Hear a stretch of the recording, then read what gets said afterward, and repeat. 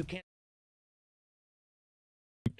And swallowing a bunch of turkey. No, we ended up getting super small oh, we're live. What's up, everybody? This is Carrick with ACG, and I'm here with Silver and Johnny for the Best Gaming Podcast, number 588, I believe, 588 of the Best Gaming Podcasts. So not a small number of them. We were just reminiscing about holidays and about Thanksgiving. But yeah, so what I was saying was we got a frozen turkey, a day-old chicken, because we couldn't get frozen turkey, and I was too tired to try to get it. So we got that, and then what else did we do? We frozen mashed potatoes, which admittedly I thought were really good. I don't know, man. Maybe she was just depressed. Maybe she's not coming home today. Maybe she's like, I'm done with this fool. But we got we covered them in butter, and then we got dressing. You know, what you shove inside a turkey, but with no turkey, you just have to buy the microwave dressing. And then just sat and ate it and watched. I was in here for a little bit with people streaming. We watched. I played some multiplayer, but most of the day we watched Strike Back, which is an like 10 years ago, a military show. And we watched Justified. Nice, that's a good one. Man, that was it though. Was definitely not. Yeah, a big. I mean, it makes sense, because if you're saying like you don't have a big family there, the Thanksgiving dinner all of a sudden doesn't look that different from a normal dinner. That's exactly what I told her. I was like, let's change what we eat, but let's just, it's too hard to like throw people together and do something crazy and things like that. So, and you guys don't celebrate it. So it's like, there was nobody to really even, and it's a weird friend one. Like if Christmas, sometimes somebody's alone, they're in their truck. We've had that multiple times where truck drivers are on Christmas. I'll do a stream, but on Thanksgiving, I abhor the idea of somebody bringing my face up while everybody's eating food as a joke during it. Like everybody's there and you got one of the kids is like a big game fan and is like, hey, Mom, Dad, let's not watch the football game. Let's watch this jackass talk about video games. That would be ridiculous. But yeah, so it was a good time. I mean, relaxed. Do you guys have plans for Christmas yet? Do you guys make plans early? Do you not make plans? My plans are around rewatching Lord of the Rings and assembling this big Lego set I got. I got the Rivendell Lego set. That's pretty cool. But no family plans? Well, I'll do some of that with family, and we'll get together. We'll play some board games and stuff like that. So it's more about like hanging out rather than doing a specific food or thing.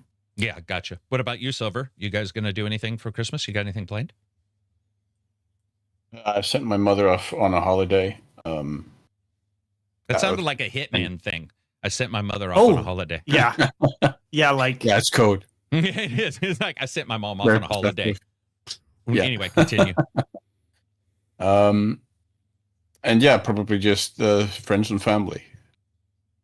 That'd be cool. Yeah, I don't know. I have no clue where we're going to spend it or something like that. We'll dress up the dogs. My wife likes to put bows on the dogs' heads and stuff. I don't know. Do you give them little sweaters, like little? No, because I feel like that would be like you coming to my place and you're wearing a coat, and I give you a sweater to put over the coat because they're already wearing a coat. Like, I feel bad, so we don't put anything extra on the dogs. Just a little, like she likes to put like a ribbon, like around, little red ribbon with and then they have like the bells, which then that's all I hear all night. Is them scratching at them for hours on end. And my wife's just like, doesn't it remind you of Christmas? I'm like, no, it fucking doesn't. Well, I mean, it does now. That's all that I hear. For the first hour, maybe. For the first hour, yeah. Yeah. What's up, everybody? We are going to talk about video games, but yeah, it's post-Thanksgiving, so we were catching up from that. We are going to do a podcast today. I don't know how long it'll be. We have a short news. There's just not a short docket today, but not a ton of stuff that happened. We can go thematic on some stuff. Thematic? Do we just pretend to hate one another like families do on holidays? Would that be the theme? Oh God, the theme would be like we could all take one archetype of a family and be let's pick the one thing we all disagree on and harp on that. Pretend there is? Is that what you said? No, I don't know how much pretend there is. Yeah, in that family dynamic. Dude, I'm so lucky, man. I'm so lucky. Ours gets along. Like, I'm so lucky because I do hear some horror stories about holiday get-togethers or like not liking the get-together. and Right. not wanting to be there. And I'm like, I get bored a little bit, but it's one day. I mean, I can handle Yeah. it. You hope. Yeah, you'll survive. What game have you been playing this last week, Silver? Because you didn't get the chance to make it on last week. Did you jump into Mountain Blade 2 yet? Is that out or is that today? It is out. War Sales came out a couple of days ago. Mhm. Haven't jumped into that very much yet. Okay. Mainly, I've been playing Avowed for the last 2 weeks. So what caused that? By the way, I was meaning to ask you what got you like back into Avowed to where you wanted to jump in and do some gaming there. Well, I didn't play it back when it came out, so You it's been didn't? on. Has been no. Oh, for some So reason it has I thought been you on had. the list. Okay. And I finally got around to it. Finally had an opportunity to do it. I really enjoyed it. It probably has, I think, the best combat I've seen in an Obsidian game Absolutely. by far. Yeah. Really, really fun combat, to be honest. The gunplay in particular is really fun. Like dual wielding pistols. Yeah. It's really, really fun. Also, the hardest difficulty path for the Damned is balanced really, really well. Where it's kind of difficult, but it never gets frustratingly difficult, and enemy health bars are never that long that they just feel like you're chucking away at them. Right. There is some stagger immunity that is a little weird, but it's not too bad. And yeah, I mean the way you can combine various things, the way you can use the physics, it flows really, really well. The main issues I have with the combat is the dodge is really inconsistent. I found it to be, there were a lot of times where I wanted to dodge and my character jumped instead. Mhm. Because jump and dodge are tied to the same button. Same button. Yeah. That could be frustrating. Also, the game has a very frustrating habit of spawning new mobs during encounters, particularly boss encounters, where you reach a threshold on the enemy health bar and then it'll spawn in new mobs. But the really frustrating part about that is that it literally just spawns them in from thin air. So I had several instances where I was like maneuvering around the arena and then the mobs spawned in and they literally spawned in popped into existence right on top of me, like 4 or 5 mobs, which really kills the experience when that happens. What'd you like most about, like, if I said sell it to me and like sell it to me on one element alone? I know that's pretty hard, but you get my drift. Like on one element alone, what was the thing that stood up? Just the combat? Was that what stood above and beyond for you? I mean, the combat is probably the star of the show, but it's definitely not the only one. I enjoyed a lot of the writing as well. Some of it not so much. Like the dialogue's pretty forgettable. Yeah. But the overall themes, I really loved. I especially loved the memories that you got to shape narratively. I really liked how that worked and how that also tied into the main character, like the character of, or not the main character, but one of the main characters of the game, Sabadal. That character I felt was a real star of the game and one of the best aspects of the game, how that character featured and was implemented. Particularly how that character then tied into the ending as well. That worked exceptionally well for me, and how they also touch how you get to shape your relationship with them through your dream and through the dreams and through those memories and the dialogue choices you make throughout. That's something Obsidian has done fairly well at in previous games, and that carries through here as well in Avowed. I felt like also backgrounds. The background you choose for your character has really an effect on really everything. has a really potentially large impact on stuff. Like in the playthrough I completed the game with, got really, really funny because I picked the war hero background, and in that background you can actually choose to have a romantic history with the main antagonist of the game. So you're basically up against your ex. And there are all these really you get Dude, yes, you get all these really shit. That's great. You get all these really funny commentaries about it, and you can then tie it into the ending as well. in a way that's really really Damn, funny. that's You get a awesome. lot of banter from your party members about it as well. Nice. Yeah. Like the nightmares they get about thinking about you two hooking up and Oh whatnot. my god, dude! I feel like I missed out a huge amount. I'm gonna replay the game. That's my plan anyway, because I think the you have to combat's you stellar. have to do that when you get out of the prologue and you're on the bridge. Mhm. You land there from the ship. That's where you get to decide your past relationship with the with that character, and with if that you character. have the war hero background, and I think it's Court Augur that allows it as well. Okay. You can then use those to then implement like a romantic history that you can then shape through your dialogue choices with that character, and then those dialogue choices then shape what kind of relationship you two had back in the day, and then that'll inform your relationship going forward. Damn, in a way that's that's sweet. really really fun to play and mess around with, and that's just one aspect of those backgrounds, and then you get other aspects with the other backgrounds as well. Yeah, I Like, I definitely have- had those. The other playthrough I'm far into is with the scout, Mhm. the like kind of rogue ranger background. That's a lot of fun. Has been a lot of fun as well. So I think those aspects work really really well as well. There are some inconsistencies with the with how the party members or your companions react to events that happen. Sometimes they acknowledge them, and sometimes they're a little cavalier or don't seem to notice stuff that should have a very very large impact on them. Mhm. So that's very inconsistent throughout the game, unfortunately, but it didn't mar my experience with it too much. But yeah, overall, I enjoyed the game a whole lot. Definitely one of the most enjoyable Obsidian games. Probably the most enjoyable Obsidian game I've played since Pentiment, for sure. Yeah, I mean the combat in that it sells it. It's like, and there is a lot of Yeah. combat in general in that Yeah. game. You can skip some of it, but the guys, the way they're set up, is sort of a combat. It's Also- sort of set up in a way that Also, pushes the big thing that hit me was because everything I had read leading up to it was comparisons to Skyrim. Right. And playing it's nothing like Skyrim it at is all. nothing like Skyrim. Yeah. Well, what it is most like is Dragon Age, Veilguard, or Mass Effect, really, yeah. to me, just in first person. Yeah, I didn't find it to be much like that either. I don't know. But that's just me. What did you play, Johnny? So this week I didn't do any story stuff. I don't know about you guys, but when you're a bit stressed out from work or life, I don't really want to get into like stories. Mhm. So I've been playing some Risk of Rain 2, some Hades, getting my competitive side out in League. It's the one place where I get like, kind of aggressive. I'm like, I'm going to shit on that guy, just to channel that side a bit. Mhm. And then been playing some Age of Wonders 4 for the first time.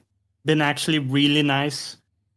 It's a really good, friendly introduction to like the grand strategy Mhm. without being grand, kind of. It really allows you to understand, like, parse stuff much more easily. Like controlling your units is really simplified, and you have the hex format, the way you move stuff and position it. It just kind of pretty simple. So that's been really nice because it allows you to kind of fly through the days much more than in something like Total War, where every day I felt like I needed to do like a thesis, like, okay, I have so much to do in this day, and if I don't, I feel like I'm missing out on a lot, right? Yeah, that game's got amazing character creator too. Like the ability to Yeah. create your own race and just go completely nuts on all of the traits, put them together. Really? I haven't explored that too much. Yeah. I mean, everything can be mixed with everything else. So like you can have one set of dwarves, necromancers riding bears that eat the bodies that you then raise as skeletons. You have another dwarves that run around on like fucking robotic spiders. You can have another set of dwarves that drive around on steampunk motorbikes. And so even if we've had it where we had 6 people, like we're messing around. We were all in there in the character generator messing around. We all chose dwarves and we wanted to see how different everybody could make so that could you play it with just everybody playing one race, and you could without any issue whatsoever. There's so many choices. Like the game just has a lot going on for it. Very cool. And Yeah. also it's one of the few games I've ever seen where legacy matters. When you play the game, your army becomes an army in the game and can show up in other people's games, your own Oh. game as well. Oh, So wow. if you play a different race and you beat the game, your race can show up as ancestors, and like you'll see them. They'll tell stories about your hero. They'll be like, yeah, the great, Johnny was known for blah blah blah, and the Yeah, guys who Johnny show up plays look live. like your people. Yeah, it's just they Yeah. did so much there, and really, like you Cool. said, it is very. It's not only newbie friendly. I'll just say it's actually done well for even like experts. The nested menu system is amazing. Yeah. How it just keeps Yeah, giving you 'cause- more and more data, and you can just Because you're bounce in and wondering, out. oh, what's this? And there's Yeah. a tooltip for that, and then there's a tooltip within the tooltip if you need but it. not you getting know. lost. Or how many games have you guys played where it takes 3 buttons to get into something, but only 1 to get out because B, it takes exit to mean exit. And you're like, no, then you have to go back in and go 2 screens in because Yeah. you wanted to go to 2 screens, but you went to 3 on accident and you hit B and it exited. Yeah, that kind of stuff. So that's cool. Any others? No, that's been pretty much it. What's up, Tembo? It looks like people, let's see, Valheim, Resident Evil 4, AC Mirage, Ball Pit, Valheim, another one, Anno 117, Tarkov. Anno I liked. I thought Anno was pretty good. I only got to do the preview. I didn't really get a chance to jump into the main game proper for the post-release. But I actually enjoyed a great deal about that game. There's so many different styles of games now. There's like the real-time strategy, and then there's like that one, which is real-time, but it's so slow that it feels like it's turn-based, I guess, would be the easiest way to describe it. Yeah, Plus and you can it. pause, right? Yeah, you Yeah, can pause it. You can right. pause almost any of these as long as you're not online. But yeah, it's just Yeah. so much going on in that. I just finished playing. This is Tembo. I just finished playing Hollow Knight after owning it for 5 years. It is the only 2D game that gave me the Dark Souls Elden Ring exploration wonder. I'm late, but the hype was real. Yeah, as far as everybody I know, I think more people, this is going to sound like a hot take. I'm only saying what I've heard from our groups. After a week or 2 of recency bias gone, most of the people I know liked Hollow Knight more than Silksong, which I know is going to sound like a hot take. I'm saying what other people were. They did like Silksong a lot, but I don't know what it is. It might have been the difficulty. It might have actually been the difficulty because that was really rubbing a lot of people, a little wrong. Or maybe making it maybe their brain wasn't into it right now. Maybe it's like, man, I just don't really feel like playing a game like this right now. Maybe it just hit him at the wrong time. But of course the game did spectacular. I mean, reviewed spectacular everything. It's really cool. That game just did so good. Let's see. Clover Pit, Arc Raiders, AC Shadows. So AC Shadows, Switch 2 version came out. Really good. I saw the videos Nice. on that. We have Star Wars that's come out. Really good. I think Ubisoft is probably going to be one of the premier partners to take advantage of rolling some of the games that recently have come out, putting them on the Switch. But it's been nice to see a Switch game. I'm calling it Switch. You know what I mean? Switch 2. It's nice to see. Yeah. Nice to see it. It's nice to see a Nintendo game system that can offer ports that are Yeah. Competent. Ports. compatible, whatever. Yeah. And by the Yeah. way, these are surprising people. Like I've heard people legitimately be maybe because they were accustomed to The Witcher, which was like 12p, really, really rough. And so to be able to play these games and go, holy shit, like I'm able to play this on my Switch too, and it looks really good. Cyberpunk runs fairly well on it too. That's I mean, crazy. it's pretty awesome, man. That is crazy. That is to me probably the best litmus test, just because. Yeah, it's a good benchmark. Yeah. Isn't it? Yeah, it really is. Yeah, it's a good example. And there's more coming from all the rumors that I've heard, the people I've talked to. Ubisoft's definitely looking at Switch. GTA 6. So are some others. But we're going back to that. I do believe GTA 6 there will be an attempt. I do. Triple, quadruple dip. Like Well, eventually. Bro, if they even sell, they're already outselling everything. Switch 2. by a landslide. Like it's already looks to be like bigger than the other two that they've done. It just feels to me, and the stuff that I've heard about, who's working on what, that there will at least be a test, because why would you, within 2 years or whatever, when it comes out, you might be throwing away 15 to 20 million potential customers, which is, not a small amount. I mean, at least try it, right? At least try it. Look at it and go, Yep. Let's give it the sort of college try. But Sauls with the $10 super chat, offerings to the Holy Trinity. Thank you very much. It could have been the Holy Quad. I could have seen if Reg was going to come on. He's been hanging out in chat a bunch. So is Absy. Oh, you know what? Today probably would have been a good day. I didn't even think about it. I probably could have got Absy to come on, now that I think about it. Because they don't celebrate Thanksgiving, but he's back from his honeymoon and shit, and sort of solidified back in life. Doesn't Switch 2 use DLSS? Maybe this is why the ports work better.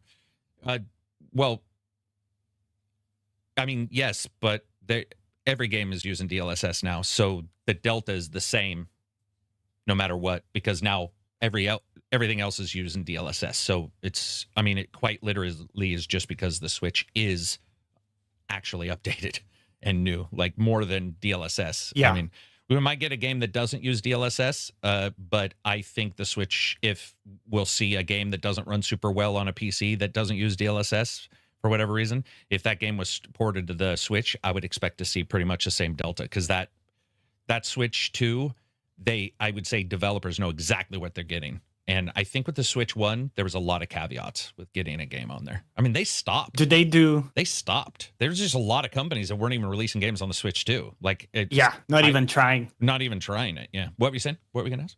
Did they do like the same DLSS that PC does, or did they have a No, it's their flavor? own. It's a flavor. Yeah. You know how there with like DLSS Swapper, there's like 85 DLSS. It's like if you use a LLM, there's like 50 versions of Llama models and stuff. Yeah, they've got their one for them that sort of takes the samples that make sense on their system, which is what you would actually want. Makes a lot of sense. Mm-hmm. Yeah, with the ability to upgrade, That's cool. of course, over time. But yeah, it'll be fun to see what they can do.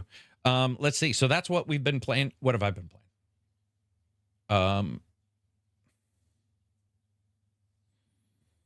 We just did some multiplayer, tried Arma, couldn't get that running on a couple people's PCs because it's still future-proofed, apparently, or current-proofed. It's current. No, it's future-proofed. It really just was not running well on some people's PCs. Other people were having a totally fine time with even lower specs. I don't know if that was this NVIDIA patch that popped. Reforger or 4?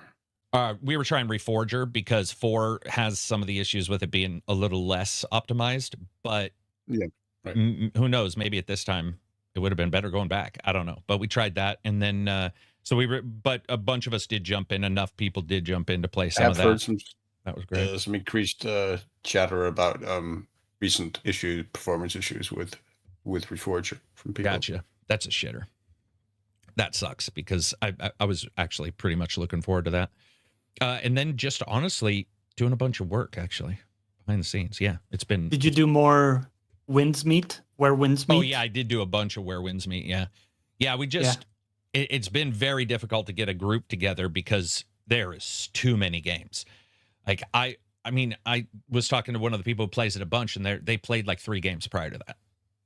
Before that day, it was like, well, I'm slotting in 2 hours here, 2 hours here, 2 hours here, and then I'm doing 4 hours of Where Winds Meet or whatever. So Black Ninja, he plays, I play, couple other people play, but we got a guild up and we're running out of money because I haven't even got enough guild members in there to like feed money to keep the guild running. Because I mean, I'm gonna be honest, I don't even do guild stuff either. I've got the guild, but I'm just like a pig in shit, just running around smashing shit and cutting stuff and just having a good time that it's probably not needed right now, but it's been been fun. So the first thing I want to talk about is Beyond Good and Evil 2. So all the stuff I'd been talking about this last year was that, yes, for sure working on it still. Yes, I got called out. Multiple people were like, no, you're for sure wrong. I wasn't, and I wouldn't have said it because of the people who told me that it was still being made were, they would know. And it was interesting because LinkedIn, some new jobs popped up where they were hiring for continued support into Beyond Good and Evil. But here's the thing, guys. You know how this 10-cent split happened, where they took what they take? They took Tom Clancy. They took what did they take? They took 3: Assassin's Creed, Tom Clancy's stuff, and one other, right? Didn't they take 3 IPs away for the 10-cent split? I think it was 3. But they got these 3 and they retained the 3 for themselves, I think. Assassin's Creed being one of them. So I was wondering if that means Beyond Good and Evil is going to get more support because it's one of the ones that did not move. And I'm wondering if maybe without that split of attention and focus, maybe we'll finally get it, Finally, it's like Skull and Bones now, though, right? It's just been going forever. Dude.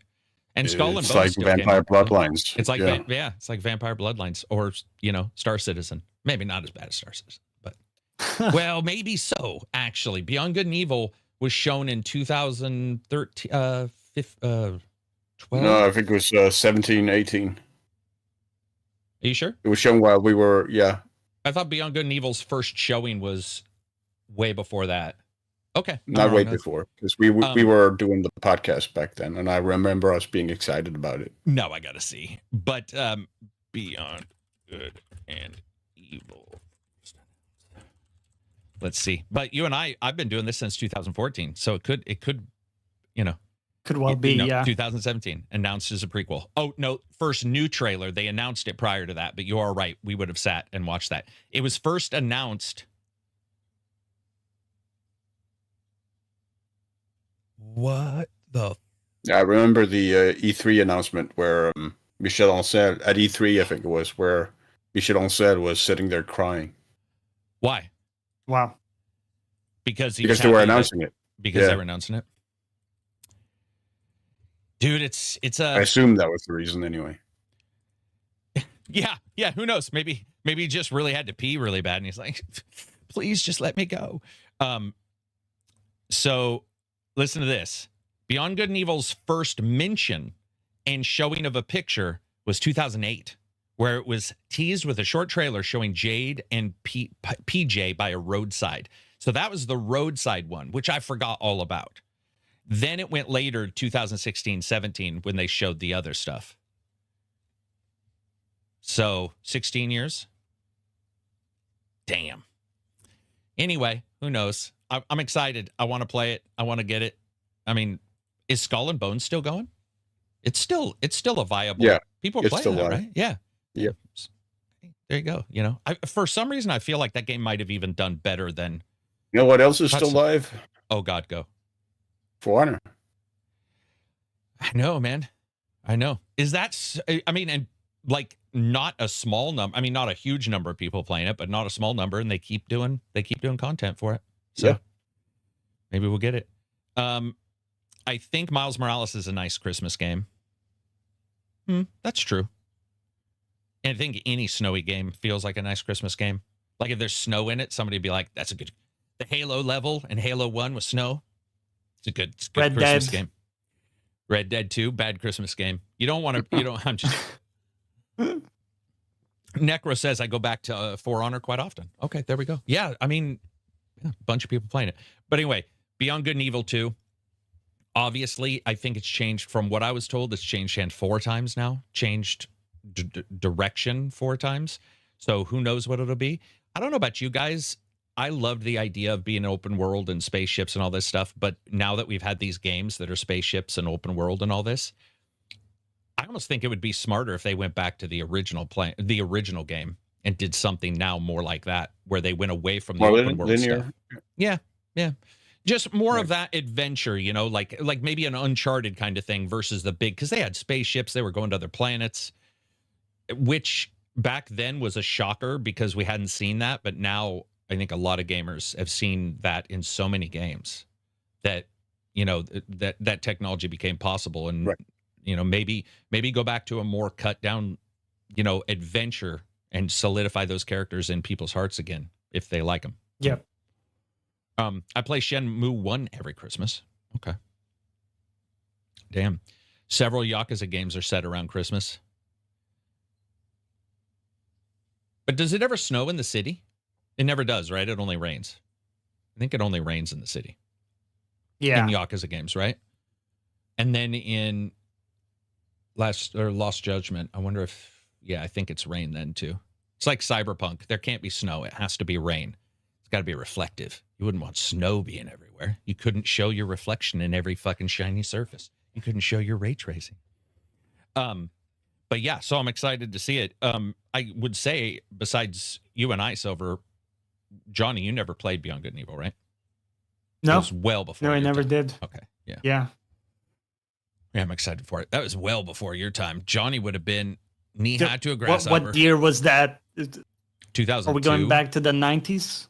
Yeah, no, No. 2002, I think, right? Yeah, at first announcement, Beyond Good and Evil appeared at the 2002 Electric Expo. This was the original. So it was probably released in 2004, 2006.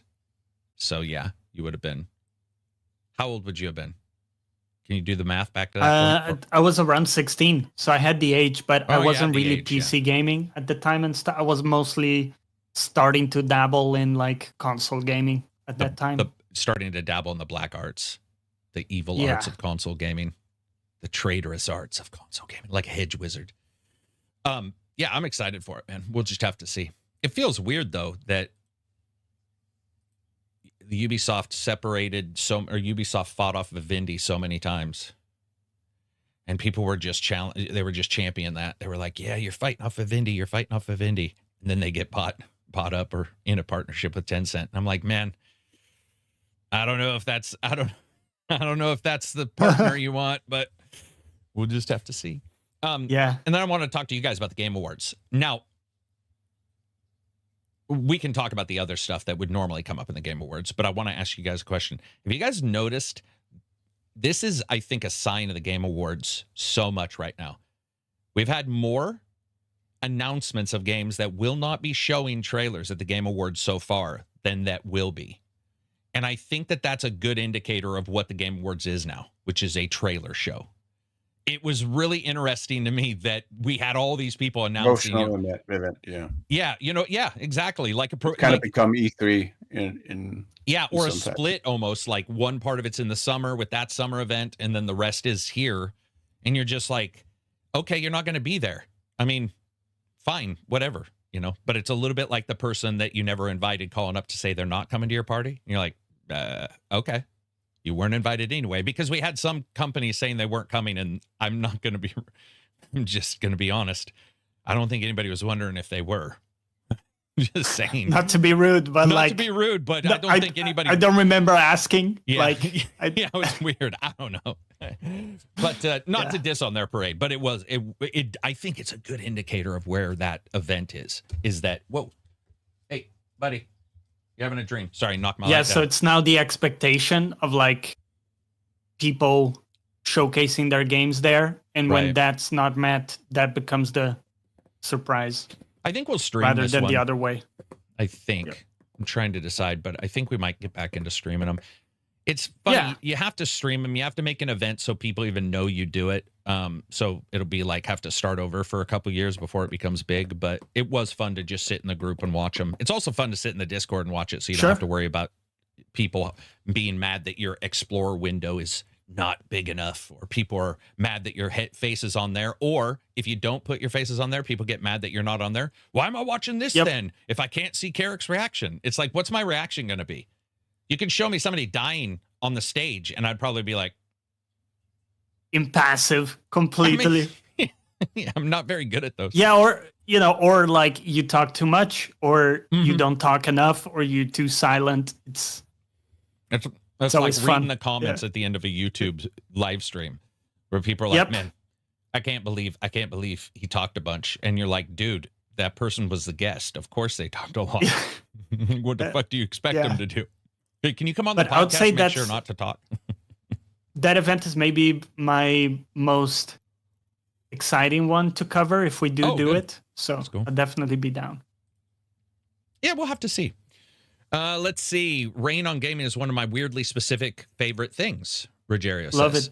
Love it too. Love it. I mean, Great. good rain, good Good wet rain. rain, and then good drying Yeah. system when you see the clothes dry when they go inside or outside, they get water, like that kind of kind of stuff is great, man.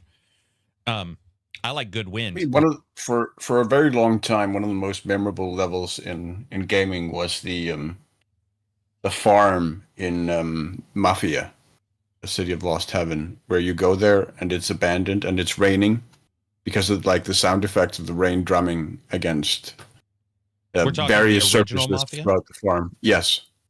Man, I can't remember that. Yeah. Like that was like pioneering tech at the time that just like blew everybody away, like in terms of the audio for that level, with the rain, in creating that atmosphere. I remember very, very vividly. Trying to think. Yeah, what are good rain games? See, to me, rain is in a Definitely lot of, not heavy rain. definitely not heavy rain. Or the games that like I think it was one of the Resident Evils that recent remakes had really bad rain. You know, where it looked like it was just a particle effect on the screen. I was gonna say not rain involved, but I was watching Reg play the new game that's like Gothic that came out a couple days ago called Ashes, Iron and Ashes, and the wind, man. They did listen. It's a B-level game. It's your Risen, it's your Gothic, it's your Two Worlds. But Reg was talking to a guy, and the wind was blowing the trees, and we've come so far from bushes just doing this to like just the top of the tree moving to the body of the tree, and this was bodies of the trees, the bushes all moving, you know, accurately the way they would with wind. Or you see Horizon Zero Dawn, you can actually watch a wind current come from an edge and go down into a valley and move all the grass in a line like a wave of water, but you know, air. That kind of stuff is fantastic to me. I'm trying to think of other water ones. Forza, Drive Club, racing games. Ooh, yeah. Drive Club that still looks to this good. day is, I just don't get it. I would honestly put Drive Club up against a lot of current games and just be like, Yeah. where did the magic go, people? Because damn, that game is so definitely. yeah. It may not be the funnest racing game in the world, but man, graphics wise. Red Dead 2 had fantastic rain. First Modern Warfare ship level when it's raining. I remember that. GTA San Andreas remake that literally blinds you is the best rain. Okay, now I sort of want to go and check that out because I can't remember. Alan Wake had pretty good rain. Yeah, weather effects have just massively jumped, man. I feel like now I notice when they're bad, not when they're good, if that makes sense. Because we're sort of there, I guess. And The big pet peeve I have with wind a lot of the time is that it goes overboard. yeah, right? It looks like it's supposed to be 20 miles an hour and everything's shaking. Yeah, and it never stops. It's just constant. Yeah. Which, by the way, even in a heavy storm, it's gusts for a reason, right? You see, I mean, that's how it works. And yet they have the turbo fan on in the back at 100 miles an hour, and the trees just constant. It's like, dude, sorry, that's a tornado that's just not moving. That has nothing to do with wind. That's a tornado. I do get you, dude, because when games started to be able to do it well, you started to see what you're talking about, where they were like, hey, if a little wind looks awesome, what would continuous all the time amazing wind look? And you're like, not realistic. Yeah, I remember it happening in like The Witcher 3, like in Skellige. It did. A lot. It did. Yep. Like, yeah, even in the Walking the Walk, I noticed I really liked Witcher 3. I enjoyed my Walking the Walk with it, but I noticed when I was playing it that the trees also still did the upper body of the tree thing, where they basically have this skin merge in the bottom of the tree in the middle, and it'll do this weird like rocking thing. But still, I mean, game for its time was for sure. Yeah, it was definitely awesome. That's funny though. I do like the idea of just that. Just constant wind, and you're like, seriously, guys, like we might need to leave. I have a feeling a plane. I mean, I live in a place that is exceptionally windy, and even here it's not. Yeah, me too. Oh no, yeah, dude, we had like 55-mile-an-hour winds last night. Not once did it continue. It would be like, you know, you hear whistling, and it's really funny. But like one of the trees out here in the large common yard, it's completely bent. Just because the forces of wind have just like bent it over the years. Yeah. That reminds me of beech trees. If they're on the lee side of the hill, they'll be bent out and you can sort of Yeah. see where, because the beach wind has just hit those things religiously to the point to Yeah. where, but even, I mean, come on, even they have the occasional solitary day. Yes. It's unlike a game that's just like, dude, testosterone wind.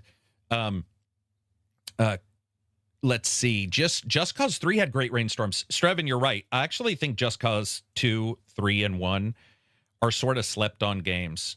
Now, I'm not going to say they're amazing, but when I first was traveling in Just Cause and able to go to the different islands and jump in Biomes an and whatnot. airplane, and the beauty of the water, that Bahama water versus like my water here, which is the dark green, like ocean water. The Asia water. Yeah. And I remember just playing that game going like, holy shit, and rappelling into a airplane, flying up in the air, flipping around. That thing was, it definitely felt ahead of its time. At least 1 and 2 did. How many Just Causes are there? 4? I think there's 4. Yeah, there's 4 now. There's 4. And Yeah. I think I heard that one's done, unfortunately. But I mean, it had sort of, it had, what it was doing special in 1 and 2 had become commonplace in other games, so at least the stuff you could do had become, I mean, even Watch Dogs 2, despite my dislike for it, generally had Yeah, and boats. 4 was starting to feel pretty stale. 4 was starting, yeah, I liked it, but that's also because I hadn't played the others in a while, but I do feel like 4 was the weakest of all of them, I guess, for sure. Still fun to blow shit up, but, Yeah. it's hard not Yeah, to. someone said Death Stranding. Death Stranding 2 had really good rain too. Yes. Did it? Some really good And one. moments. Death Stranding 2 Yeah. or Death Stranding? Both of them.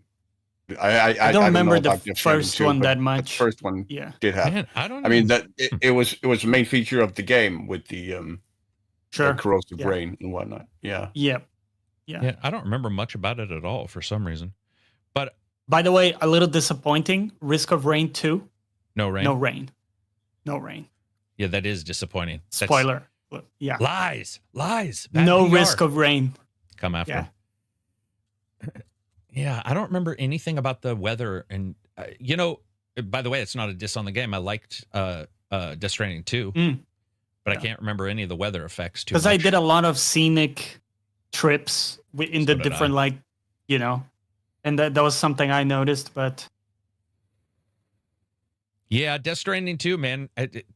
He did, for me at least, was just a much more enjoyable game. It was definitely 100%. definitely one of the more enjoyable of his titles for me. I would say that's probably my most enjoyable title from him. Snatcher 2, Might be. Probably Yeah, I my hadn't favorite. thought of it that way. and It then might be Metal my Gear. favorite Kojima. Yeah. It actually, Same. I think that having that story all built up and Yep, then just that helped. furthering the story versus like even where Phantom Pain went back and forth. There was something about 2 that just felt cohesive. And not to be rude, I think it's the most cohesive of his games by a large amount. It's just like, Yeah. even if a crazy person showed up, you were sort of like, well, I know what I'm supposed to be doing, because the plot starts out and you know what you're doing pretty much right away. You don't get lost in, Maybe that's part His of it, shit. right? Because they had that foundation. Yeah. So Yeah, they I'm didn't sure it have was. to, waste flesh time. out all of that. Yeah, Yeah. waste time with the basics. Milad says, can't wait. Miladja says, can't wait for Death Stranding 2 on PC. Oh yeah. Yep. Dude, that game looked good on the consoles. I don't think I'll play it on the PC. There's no Same. desire to. Not saying there isn't No. for him. I'm saying just for me, I actually feel like I got Yeah, I'm waiting for PC as well. what I wanted. You're waiting for Oh. PC. Yeah. I was really happy with what I got graphically. I mean, I had a couple little stutters, but just overall, that game, its draw distance and some of the cheats he used to get the draw distances they got, just he nailed it. Works Like, really or well. or Yeah. whoever nailed it. I don't want to just say him, but yeah, whoever Yeah. nailed it. Bush guy did a good job. Yeah, Bush guy or lack of Bush. More like the Yeah, true. 1990s when lack of Bush was becoming a thing. Maybe that's what he was. Maybe he was watching some adult movies and was like, we need less Bush. But no, I'm really happy that we got to see it. I want to see OD now from him. I want to see I want to see him go and do something completely different. I'm excited for OD just to see how he's going to handle a horror game, because a bunch of people Yeah. are into that what is it called, PT, the demo that came out on PlayStation. They were into that horror game from him. To me, it looked like a house you walked through, and that was it. Like, there was Yeah. nothing going on in it, but I could see the people liking it. So it was just like, okay, that's exciting for them for some Yeah. reason. I'll keep an eye on it. I did watch it. I was like, okay, it looks good. Whatever. Yeah, the But, presentation looked good. Mm-hmm. As a game, we'll have to see, but Yeah. Let's see. Moving on from there. Oh, wait. Yeah. Beyond Good and Evil. We covered that. Moving on from there. Let me grab my notes here. And then I did have some questions that we got as well. Oh, so listen to this. Kudos to a publisher to do this. So Paradox takes complete blame for Vampire the Masquerade Bloodlines 2 sales flop, announcing 37 million in their numbers. I didn't do the calculation in US dollars or anything. But they took a write-off for that game, meaning that they didn't sell as many as they thought they were going to. One of the cool things is this guy, you never know what they're going to say, man. You never know.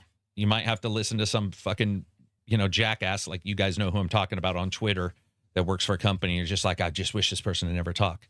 This guy got up and was like, hey, listen, we jumped on the game, decided to publish it. We got, it bounced around developers, and we mistook how to sort of push it, get people looking at it. Has nothing to do with the developers. I think some of it does, but he took the brunt of that and stated that they're continuing to look at ways to push out products for the market, or for the World of Darkness, which I'm actually happy for, because everybody I know who's played Vampire has actually liked it. Now, I'm not saying Really? loved it. Yes, every single Okay. person. We just had we were in voice chat like a week ago, and everybody in there who had played it, there was probably like 9 of the 15 or 16 people in there who had played it, were like, it's genuinely pretty fun. They weren't saying it was the greatest thing ever at all, but they all, were liking it. Yeah, I liked it as well. Yeah, and so I didn't want to speak for you, but I know Silver was one of the people who had originally started writing about liking it, which then got people to either play or, not to be rude, speak up, because maybe they thought they were going to hear the same shit in here that they would hear on the internet. Right. So I don't know, dude. Moodski was, I think it was a Moodski. It was somebody in there was saying, the thought process was definitely, it felt like everybody covering it, might have been Solar, but everybody saying, everybody who covered it, it just seems like they couldn't get off the idea of what the first one was in their nostalgia brain, minus the patch that nobody wants to admit they had to play They're with. obsessed with what it wasn't rather than what it was. Yeah, very much so. So I'm definitely happy to see them going, And also towards doing heavily romanticizing the first game, as far as I'm I concerned. believe so. Yeah. I believe, I mean, to the point of just getting stupid now, it's like, and you know how if you've ever had one of those friends where you're talking about a movie and they're like, what'd you think? And you're like, it's pretty good. And they're like, yeah, it's great. And you're like, no, pretty good. And they're like, yeah, it's probably the best movie ever. They just keep escalating. And by the time you're done, you're like, dude, seriously, what is happening right now? That's the way it feels like the conversation goes sometimes, whether it be positive or it negative. becomes like an impossible comparison to win. Yep. It's like you comparing yourself to your best shape you've ever been in, Yeah. but not even the real shape you were in. In your mind, like shape. the ideal of, You guys ever worked out? We'll also say, unlike the first game, Bloodlines 2 isn't broken on release. So Absolutely true. Yeah. And dude, can we all admit there's something about playing a game that shouldn't be Alien, but it's been Alien all my life, which is that a lot of games are busted back then. Like you'll hear people say, oh, games were better back then. It's like, dude, look at the game we're talking about. It's literally one of the major games. Alpha Protocol, all these games, there were bugs since day one. That's just the way it's been. When a game is solid technically, or gets you able to play through it technically, you can just experience everything at a smoother, pace. It just feels better. And I can see why some people are like, yeah, I like it because I can play this goddamn thing. I'm noticing that with Banishers. Bunch of people are playing Banishers right now, and every time I ask them, they're like, you know how surprising it is to play a game that is like this, that actually just sort of works? So I don't know if they're picking bad games because we played a ton of games that do work. I don't know if they're picking bad games, but they're remembering it. Maybe they can't remember the exact games that have scarred them for life, but they're definitely holding it and remembering it. So when they play a game that genuinely works, there's sort of a celebration. I don't know if that's a good thing or not. I mean, there's so many issues with games right now. Like Nvidia did a hot fix for the issue with the security update that Windows did. So you have your drivers that are completely separate. That kind of stuff. Rogerio says Bush is so 80s. Dude, Rogerio, you're not old enough to even know that. I feel like Rogerio's I always think like Rogerio's 18. He's not though. By the way, that's not a diss on him and how he writes or anything. He seems youthful. I felt Vampire the Masquerade 2 could have been fine if it was not named that. I mean, yeah. You could have called it. It was going to be called The Masquerade no matter what, though, because it's fucking in that universe. And I don't think I've ever seen World of Darkness be like, this is a werewolf game without calling it, without having the World of Darkness in there or Rage or Werewolf. So I don't know how much you would have been able to change the name. But I will disagree with your assertion that it wasn't an RPG at all, though. I mean, these are the user's definition. He goes on to say that it wasn't an RPG at all. Bloodlines 2. I thought it was an RPG. Yeah, I think so too. Probably. I mean, it has skill progression and level ups. And it has different classes for the vampires, different vampire races. Yeah. Sorry, that's it. Yeah, that's an RPG. May just not be a great one. May just not absolutely reflect. Yeah, or like perfect. A light RPG, Mm-hmm. LOL, like Stalker 2, where A-Life, where people just had this delusional idea of the system in the OG, where it was mostly modded in. Yeah. A-Life was dude, I got to admit, I've returned to Stalker 2 now, post these A-Life patches. Man, do I like it less than when I originally played it. So much so. When you play it without those when I played it day one, the solitary feel was there, and it shouldn't have been. Apparently, they wanted more things going on. I just got to admit to you, I'm so accustomed to something going on all the time. Far Cry 5, you can't fish for longer than 7 seconds without getting attacked, right? Those kind of games, a lot of times they throw shit at you because they want you to go wow. As Silver always points out, Ubisoft doesn't like a silent moment or whatever, and I feel like a lot of companies are like that now. And with Stalker, you would go for a long time in the darkness, just like, what the fuck is going on? This is actually quite haunting. And then you would have your encounter. It would rack up the tension. Yeah. It would, for me. More of a horror game, if that makes sense. Like it felt more of a horror style title. So, yep. Let's see, what else do we got? And you, Johnny, you were separated out. Oh yeah, specifically, that's like 3 friends and Jerry. I promised myself I was going to close chat, and I've got it open. I promised myself. I got to close it. I don't want this to be a Twitch stream. I've had so many complaints. People are like, why are you reading a bunch of shit? You're right. Sorry. We'll fix it. We'll do better. I apologize, and I'm going to try to do better. Let's get some of the other news and questions out. Can you grab the questions from the Discordian for me, Johnny? And let me find these. Ooh, Time Splitters Rewind stuff. Okay. World of Warcraft Midnight. This is a question. You've talked about World of Warcraft Midnight being one of the biggest expansions yet. Actually, I think they did. I don't know if I did. With big class overhauls, less reliance on other combat add-ons. Do you think this will actually help new players or just frustrate veterans who like the complexity? I think veterans are the only one left in WoW. I think so. I was going to say. I don't even know how to frame that answer without saying that, but right? So I don't think there's a piece of content they could do that is going to make it really accessible for people. At the end of the day, the game is the game. You still need to, and that's you're in there, you're pressing your 32 keys or whatever. Right. That's the game, right? Yeah. You've got your macros set up. I'm just joking. Most people I know don't play with macros, but yeah. No? I thought that was the thing. No, like most of the people we were laughing. Kig was in there a couple days ago, and I think it was Solar was just stunned, couldn't understand why he was seeing the mouse moving so much, because Kig was moving the mouse to each individual button to press it, and he wasn't using his keyboard. And I told Solar, I'm like, see, I'll play games like that all the time because I'm leaning back and I don't want to put the other hand forward. Or like one-handed or whatever. Yeah, so I'll just be like, I mean, the game's supposed to be played or can be played like that. So yeah, technically, yeah, right. You can also, I mean, you can also masturbate with your feet. It just doesn't mean that you're supposed to. Yeah, maybe not. I get that. Efficient. Let's see the new Blood of the Dawnwalker. So the RPG Blood of the Dawnwalker is from ex-Witcher 3 devs. It sounds pretty ambitious, and it's got a time limit. I've noticed time limits are existing more in games lately. Do you think the kind of pressure from a time limit actually makes the story more engaging, or do you think it's just stressful? That's a good question. How it's implemented entirely. I think it really worked for a game like... yeah, what did it work for? Dead Rising? Okay, it did work for Dead Rising. I liked it. I actually really like the time limits in Dead Rising. Okay, that's a really good example.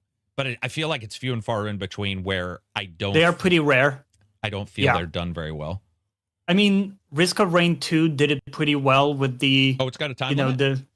It's not a limit per se, but the difficulty goes up with time. So if you're taking longer in stages, then the difficulty starts to spike up faster than you scale up with items. If that makes sense. So it kind of prizes efficiency and that type of stuff. So that's a cool system.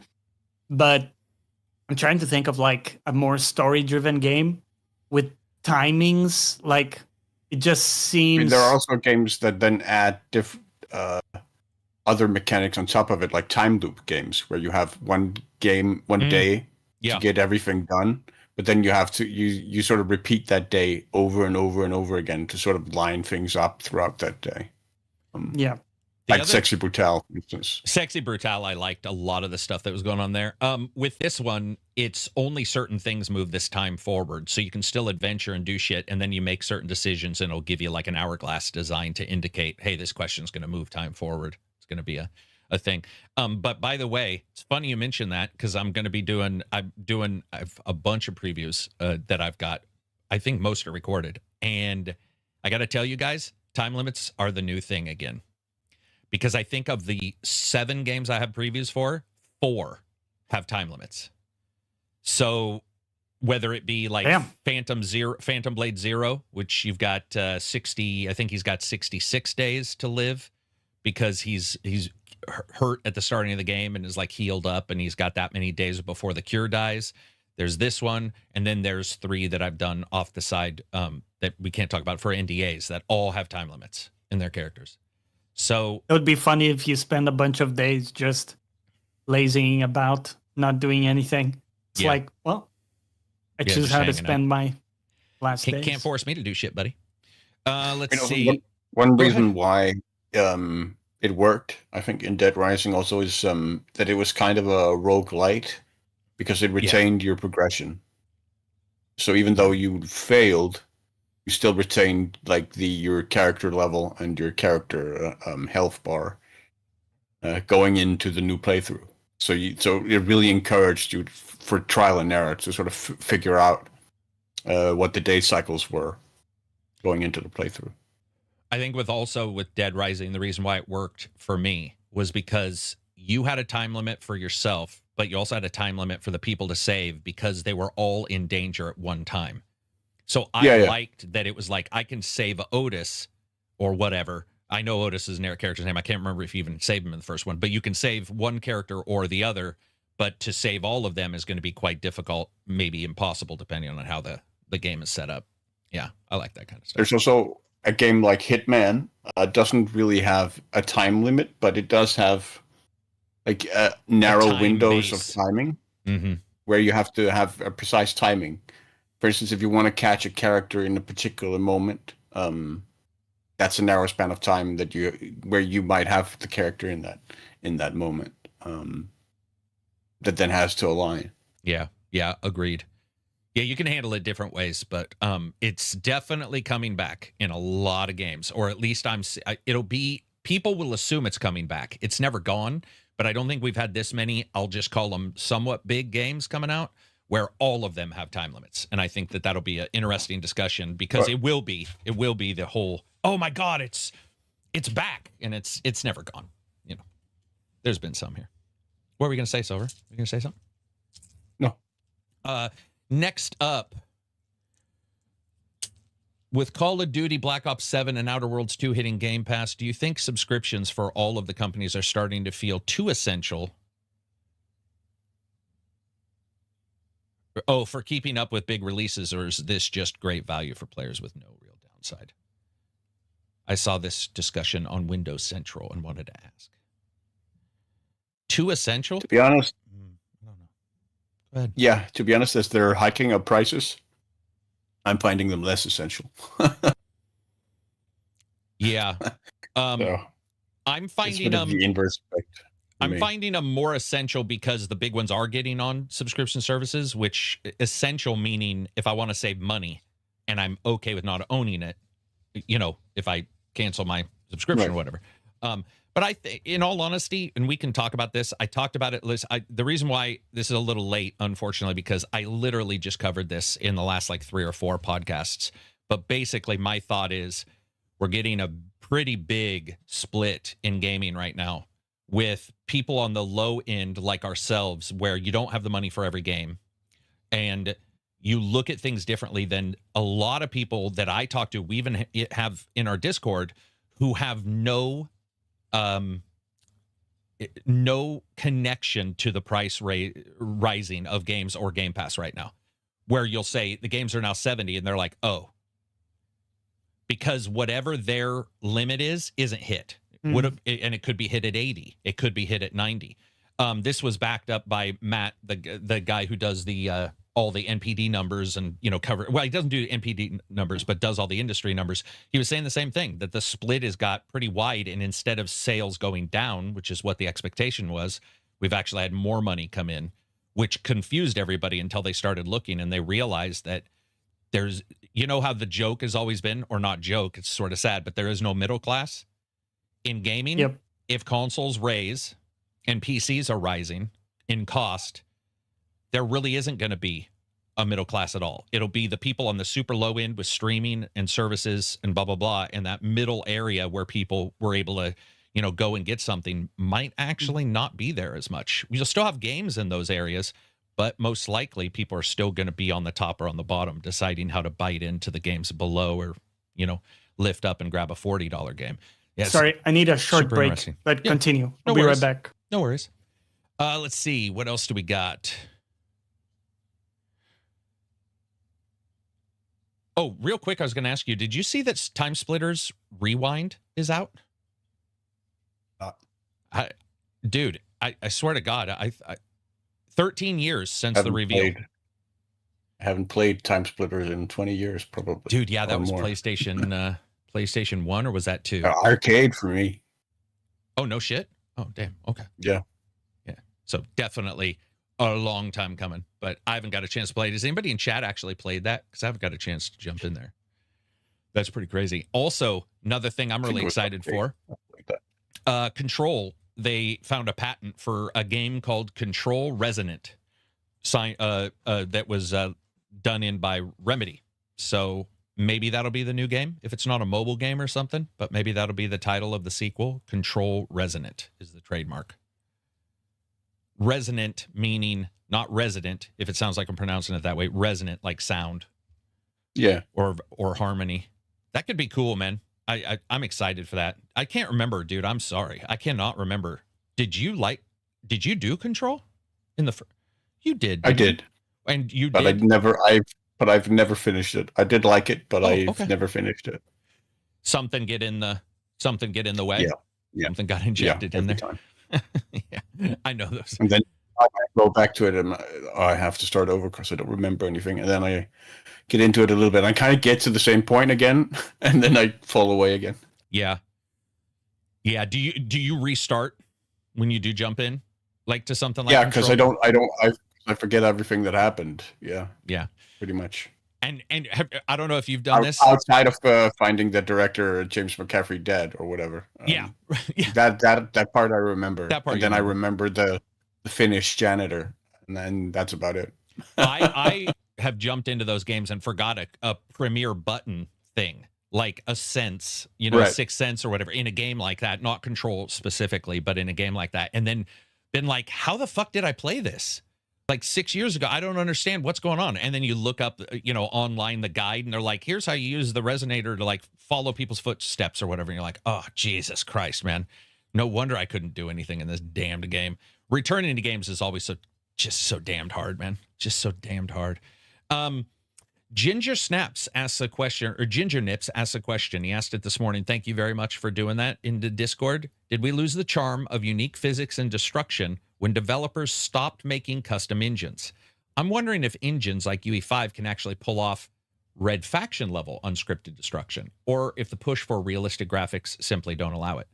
So I'll say a game that not only can Unreal do it, it can do it far better than almost any scripted, any specific engine that is created by somebody, because most of the time, Unreal has the support, but Unreal had that deliver at no costs game, the car where you were delivering items, and it had probably the best destruction, some of the best destruction I've ever seen in my life in a game, and that's an Unreal game. So yeah, I don't think we lost still have it. games like Rainbow Six Siege, right? Mm-hmm. Yeah, even though that is older, I guess somebody could say, yeah, it's not a newer one. Yeah, but now it is. Oh God. Yeah, it makes you feel old, doesn't it? When somebody somebody brings up that game, and you're like, I remember playing that, and then you're all in high school. Shit. But yeah, I don't see. In fact, some of these specific engines don't do some of this stuff even as good. And I'm not pushing for like things to all be on any one engine, but I don't think I don't think we've really seen that. Like Decima engine doesn't do destruction very well, so we don't see it. It does other stuff very well. So you get that sort of trade-off, especially because Unreal's got millions of developers all sending in bug reports, this like community around it, fixing things, blah, blah, blah. They've got a bunch of money behind it, and a game company may only have a couple million to make an engine, and that's not really a lot of time or money. Decima's good, though. I will point that out. Yeah. We talked about the Control, what do you call it? The Control Resonant, the trademark remedy filed. That was all we talked about while you were gone. I'm excited for that, man. I want to play Control 2 bad. Like, Yeah. We also have Arma's engine, like a new one coming up for Arma 5 potentially. For Arma 5. Yeah, I can't wait to play that. Maybe it'll might feature destructibility. Maybe it'll be performant, man. Reforger's a step in the right direction. Got to, credit where it's due. Let's see. A. Nangle asks a really good question. I saw this morning and chuckled because my answer is pretty bad. How often do you open and clean your PC? Not often. Dude. Yeah, mine's only when I get in there to replace something, or I see the temperatures rising, and I'm like, should probably, clean that out or whatever. But not often. Yep. Not often. No. What about like changing the thermal paste? I'll change that if I notice the heat's going anywhere, but if it's doing its job and it's sort of caked the way it's supposed to, I'm like, I'm not touching it. It's staying there. Yeah. If I start seeing it rise 4 or 5 degrees, then you can look and go, might be something to watch. But if it's 1 to 2 and it just sticks in those areas for months on end, that's what its job is to do. It's not meant to really be replaced every fucking week. Just because you can doesn't mean you should when it comes to that kind of stuff. So, yeah, I'm trying to think of when the last time I opened my case was. Yeah, now I'm feeling a bit attacked by that comment. And you open them, even if you vacuum, even if everything's supposedly clean, you'll open your case. And because, of course, it's sucking in from the ground on a lot of cases, depends maybe from the back, your video card is just a fine layer of gray. It's not even the green of NVIDIA anymore. It's just you're seeing through a layer of like dog hair and, questionable shit. Just looking at mine, it looks pretty clean. Even after, I think, put a 1 or blower 2 years. Put a blower in there and turn it on. Put a blower in. You will, trust me. Yeah. It doesn't matter. Or you'll see the fans, you'll blow one on the fan and it'll be like, oh, it's so great. Oh, man. Did a coolant flush last week. Good for you, man. I haven't had to do a coolant flush in like 9 years. Don't envy people still having to do them. Especially with AIOs, how good they are now. Yeah. I think there's no reason for you to do custom loops unless you really enjoy it, as a hobby. But and I think, do you know when they're done normally? If you replace the chip. So if you're a person who's upgrading, maybe you're on a motherboard that's got a big upgrade path. Most of my motherboards have been on upgrade paths that are pretty tight. They've been like, maybe 1 or 2 chips above mine, and then I need to go to another motherboard. I'm pretty utilitarian about which board I get. I do blow out the Xbox and the PlayStation. The PlayStation, because that thing just is fucking horrendous when it comes to trapping. I mean, I wouldn't be surprised if there's a small child in there. Yeah. I'm afraid to open it up now, man. Nasty. I opened up my Legion and was blown away how clean that was because I'd been hearing horror stories. So I finally was like, all right, I'll take this apart and clean it because I just have a feeling wasn't that bad? No, it wasn't bad at all. I was actually I was actually puzzled. Like, was it working? Because I was like, this thing is really spick and span inside. But yeah. Cleaning the insides of them is good, though. You should do that, especially and keep track of the heat on your systems. But good question. Sully says, would you guys rather travel in the past but lose all memory of here and now, or to the future and you remember everything and everybody? So go to the past, forget everything. Go to the future. Go to the future, right? I would say go to the future. Yeah, because losing your memory is a huge drawback. Yeah. Doesn't matter what follows that. To me, even it's be like me anymore. Yes, you'd be like whatever. You'd be the guy who shows up not knowing anything 1,000 years ago when no one would support you. There was no class action lawsuits for accessibility back then. So if you showed up just drooling and they're like, "What's your name?" and you're like, I have a feeling you wouldn't last very long. Yeah. Also, you lose your only edge, which would be knowing stuff about the modern age or like how stuff works. If you lose all your memory of that, then you're just living in worse times than now. Yeah. You've just signed up for a worse. Dude, imagine, and we always think, maybe let's say we took our intelligence back then. You take your knowledge of stuff. So you're like, okay, and let's say you take a little mechanical engineering with you. So you're like, okay, and maybe you're thinking in your head, with my intelligence and what I can do and the money I can make, maybe you think, maybe you liked the way men and women were back then with like a little bit more, like separated, I guess, and how, social structures. Maybe that's what you liked. Maybe whatever. Maybe you thought you'd just go back and make a ton of money and leave it to yourself in the future. The problem is you would get back there and you would die of cholera. Like your body wouldn't even have half of the shit. Well, of course, you would stop other things, though. You could, like, let's say measles stuff. If you had your shots, you could go back and, you could be a plague doctor or something. It would be a question of could you even communicate with people? Oh, yeah, your slang would be weird. If you started saying, hey, let's hip hop on the Riz, they'd be like, kill him. Kill him now. Questionable demon. Yeah. Also, a lot of us are delusional about how much we know. Yeah. Like, people think they know physics or that they could apply anything about physics. It's all shallow. Like, dude, sure, you could talk to someone about something you heard on a podcast, but could you actually go on to do something that you can monetize?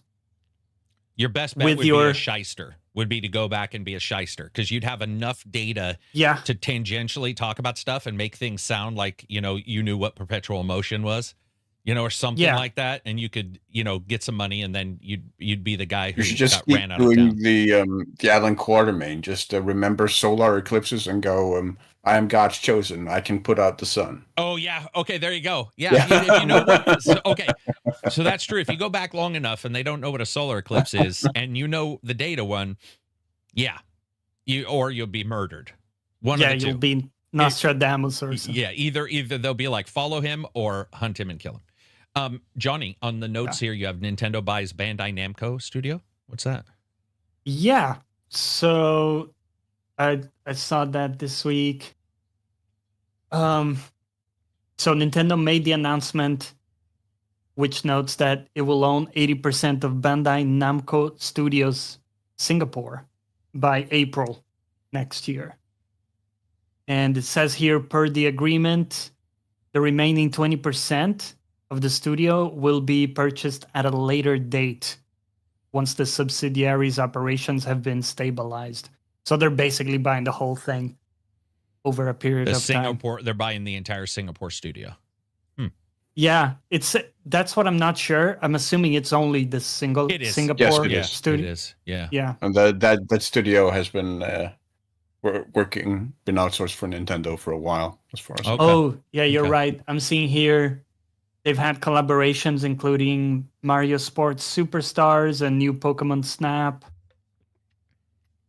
Yeah. Well, that probably helps them too, because Bandai Namco's not always in the green, you know, or in the black in this case with money. So they've had issues with some games not selling and stuff like that. So the idea that, you know, Nintendo works with that group, likes what they're doing, and is like, we're just going to buy them up. I think one of the companies you would probably be okay working for. Well, okay. I almost believed the hype.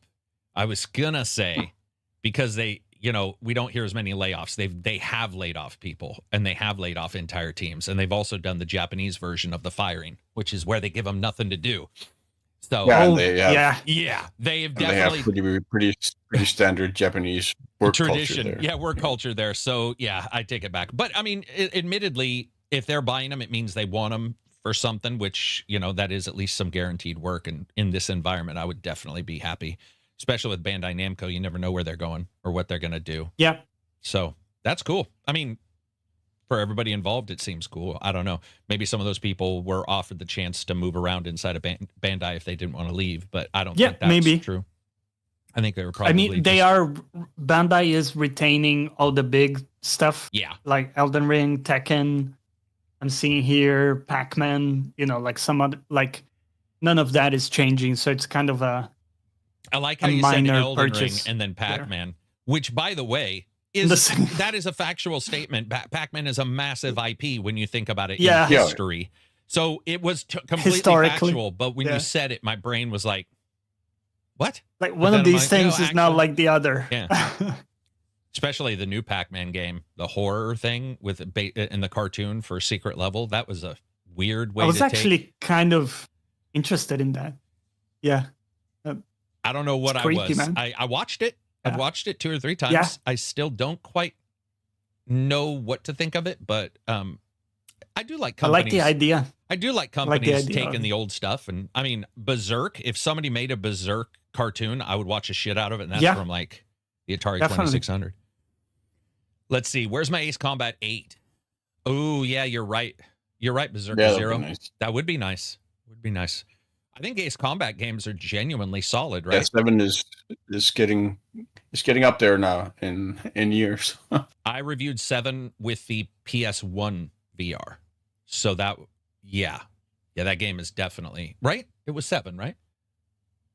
I think it was 7. Yeah, Yeah, I 7 think so. had PSVR. Yeah, Yeah, I think it was PSVR 1 on that one. Yeah, that's a long time ago. Damn. yeah, it was. It was the first VR. So Dude, there aren't a lot of just afterburner style fly around and shoot shit games. So I'm all for them, you know, continuing that series. I really actually do like the Ace Combat games. Never thought I would say that, but I've actually Yes, thought same. that they were quite enjoyable. What else we got for questions, Johnny? I think I might have hit them all when you went. Oh, let's talk about the Far Cry TV show. Oh, So, yeah. Yeah. okay, Penty, when he saw this news, he said something that I still don't think I understand where he was coming from, but I want to hit off on, maybe I was mistaken some, to see what you guys say. He said of all of Ubisoft's IPs, this one seems like it has the highest chance of being good for a TV show.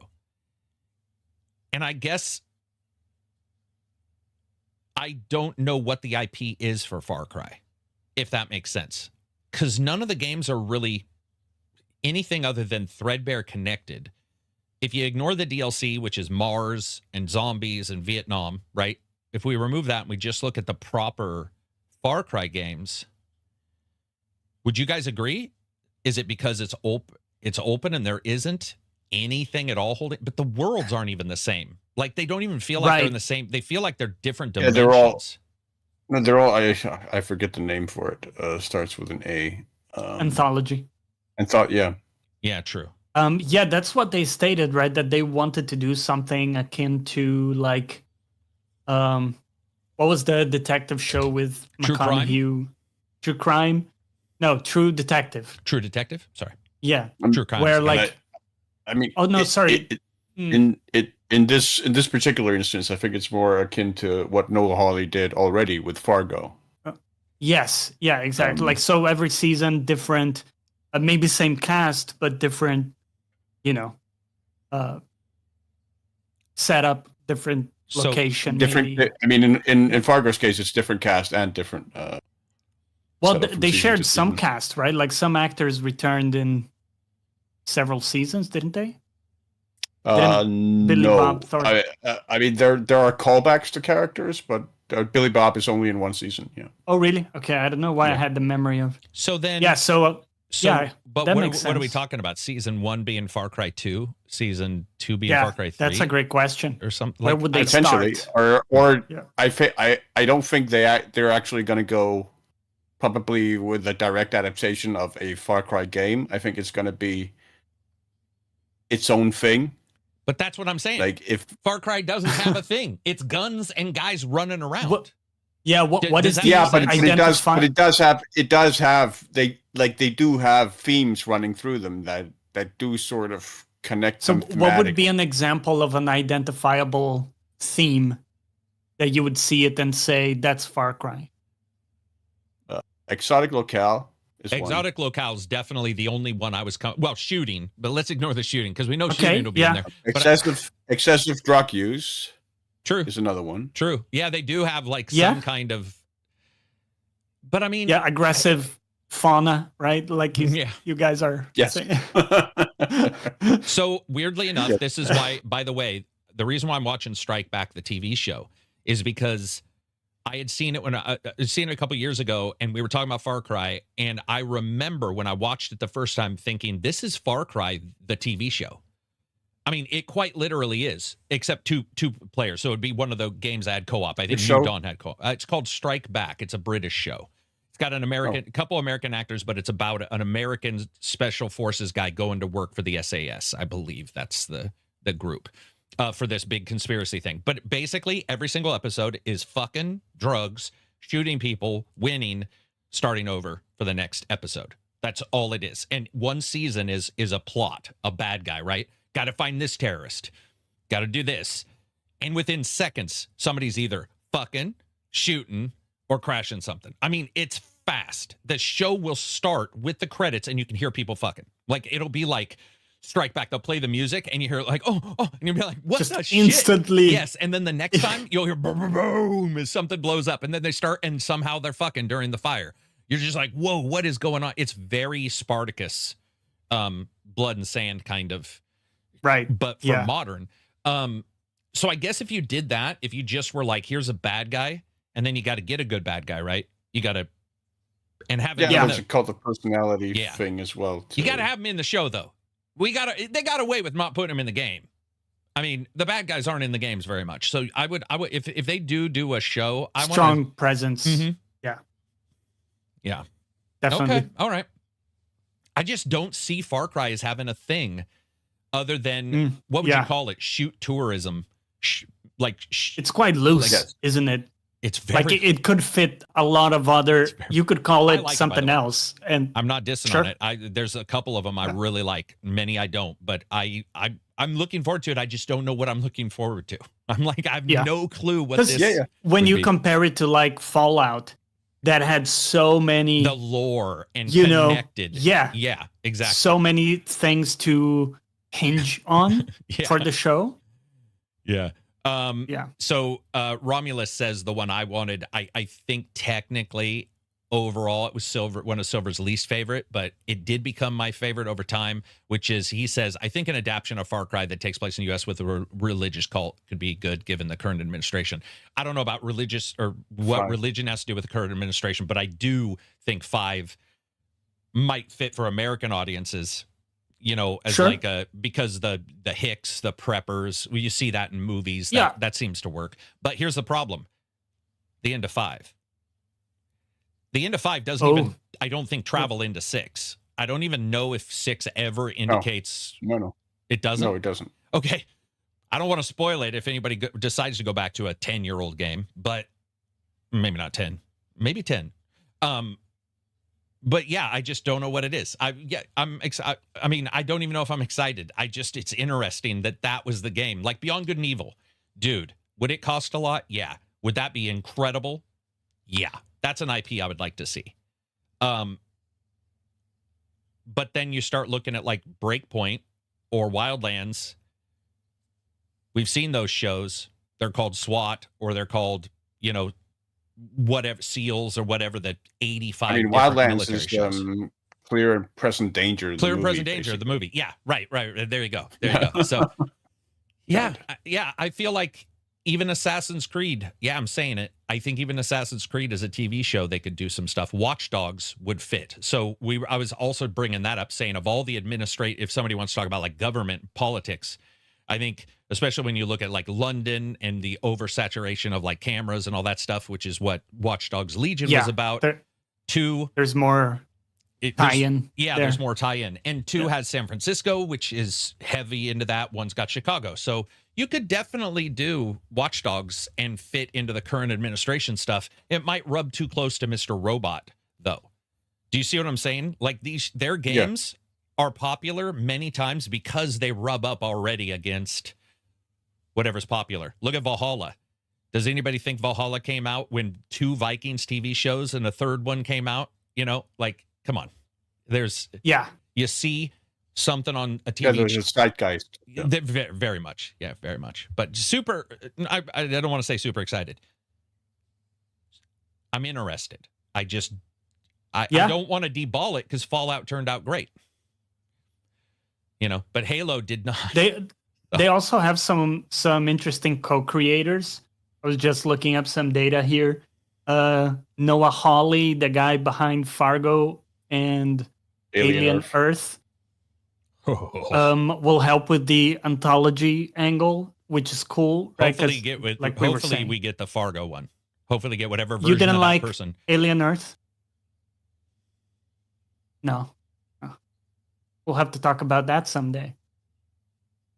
And they also have Rob Mack, which has done Always Sunny in Philadelphia and Mythic Quest, the gaming show. The video game sitcom. Oh, I know what they are. I'm just trying to figure out why the fuck anybody would think that they were like. Well, I thought it was an interesting combination of these sorry, two. I'm saying them, not you, but I'm trying to figure out the producer, the company going, we want these guys. Yeah. I was trying to figure out if maybe that meant Far Cry was going towards the RPG Lite that's so popular right now. Can you imagine that? Where from what I understood, I think McElhenney has been part of spearheading the project. Oh, okay.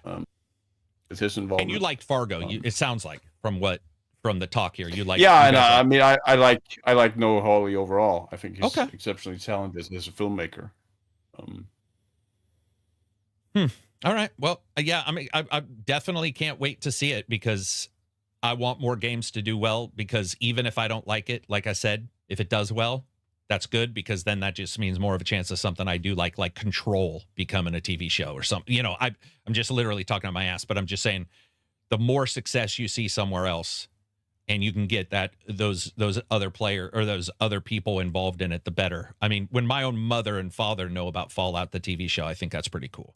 Because at the very least, I can say I played that game. That was a video game, which my mom would be like, wait, that was like, you know, because she would see me playing video games and probably was weeping every night at my future and just being like, he's going to amount to nothing.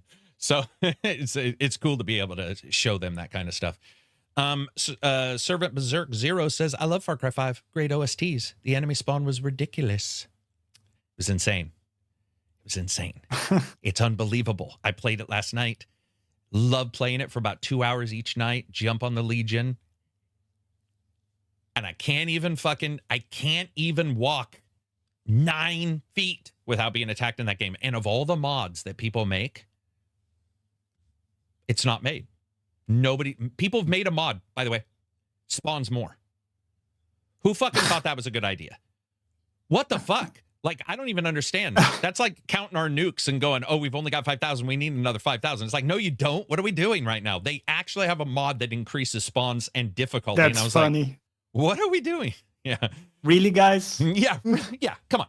I mean, seriously. Yeah, we've increased the honey badgers by 300%. Just arbitrarily crashing into trees dude. and buildings. Dude, that game was so fucked when it first came out, man. That game was fucked. So speaking of that, though, it's a good segue.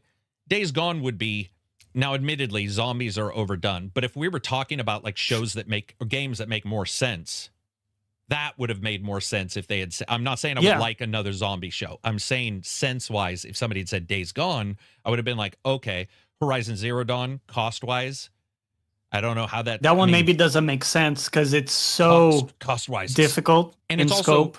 Also connected to her. If you ever play Horizon, I hope I'm not ruining this for anybody. Horizon's biggest problem isn't that like she's a Mary Sue or whatever, which she sort of is, but you know, they show her train up at the starting. I'm okay with that. I'm like, whatever.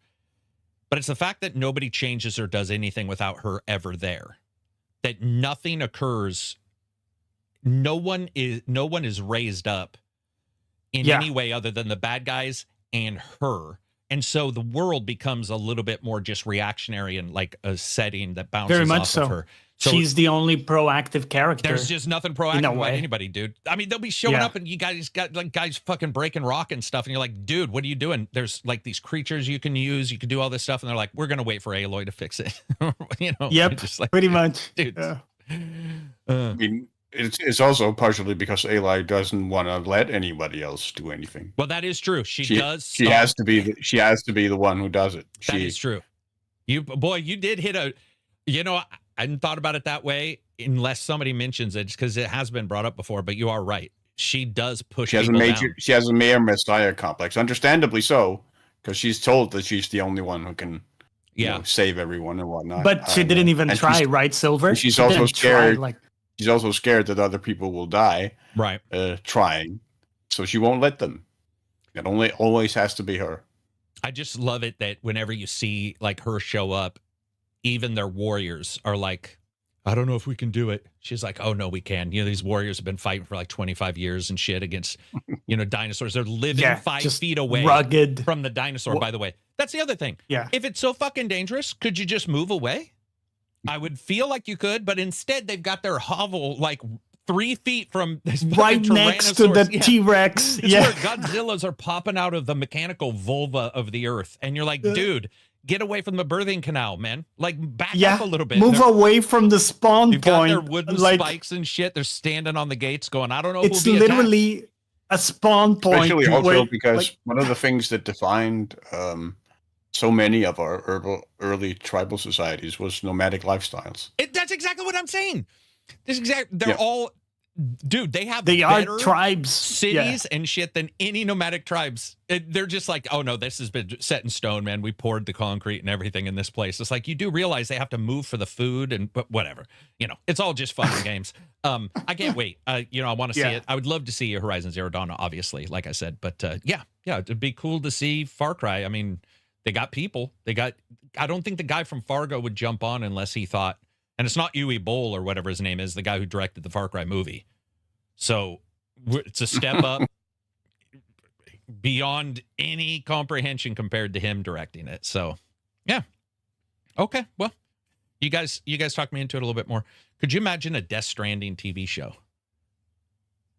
Yes. Well, they are making one, actually. Unfortunately, David Lynch isn't with us anymore. Yeah, exactly. There you go. Bro, David Lynch, can you imagine that shit? Kojima would show up and go, what the fuck is he doing? Even Kojima would be like, dude, we need to pull this back, man. I have no clue how we got like giant tentacled worms coming from the sky and shit, but we need to pull this back. Lynch would be like, dude, that's breakfast, man. You haven't even seen what's going on. I hadn't thought about that. David Lynch would have been a perfect Yeah. fucking guy to take that on. Damn. He died of lung cancer? Is that correct? Did Lynch die of cancer from smoking? I thought natural causes, yeah. Yeah. Unfortunately. Too bad, man. Too bad. All the good ones leave. I say too early, but some of these guys go for a long time. So, I mean, William Shatner is still around. Keep it up, William. Wood, yeah. Keep it up. I said keep it up. This looked like maybe that was like a penis joke. Let's move on from there. I just meant keep on keeping on. Keep it up, bro. Keep on keeping on, William. No, even survives his trip to space. I know. Hey, listen. Few things in life offer very real irony or very real like synergy as much as him going to space. Yeah.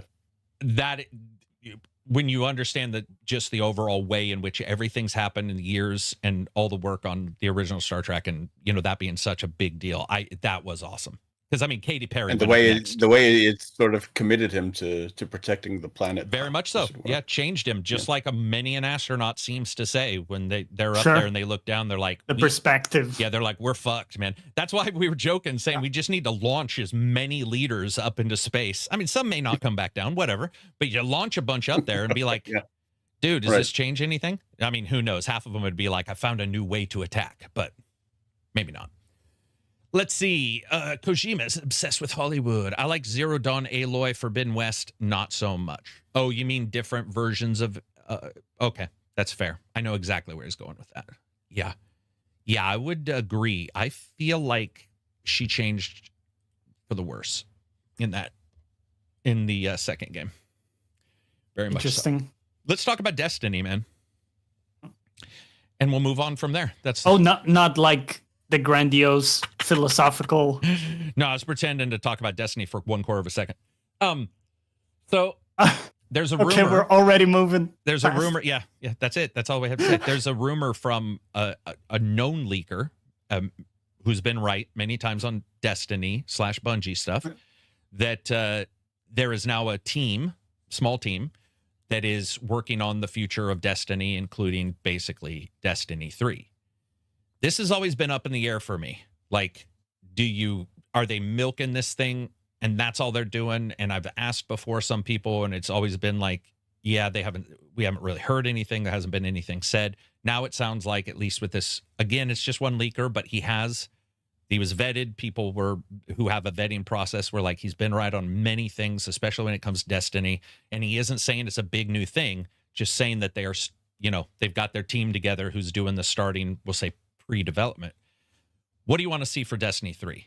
Long-winded lead up to that. But if I said Destiny 3 and you envision yourself being excited, what would cause you guys to be true? And by the way, you could say an RPG game. This is open to interpretation because we have no clue what it is.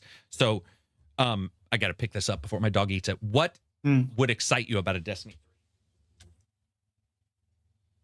You got something? Don't know, because I haven't been excited for Destiny 1 or Destiny 2, really. So yeah, it would have to be something entirely different. Okay.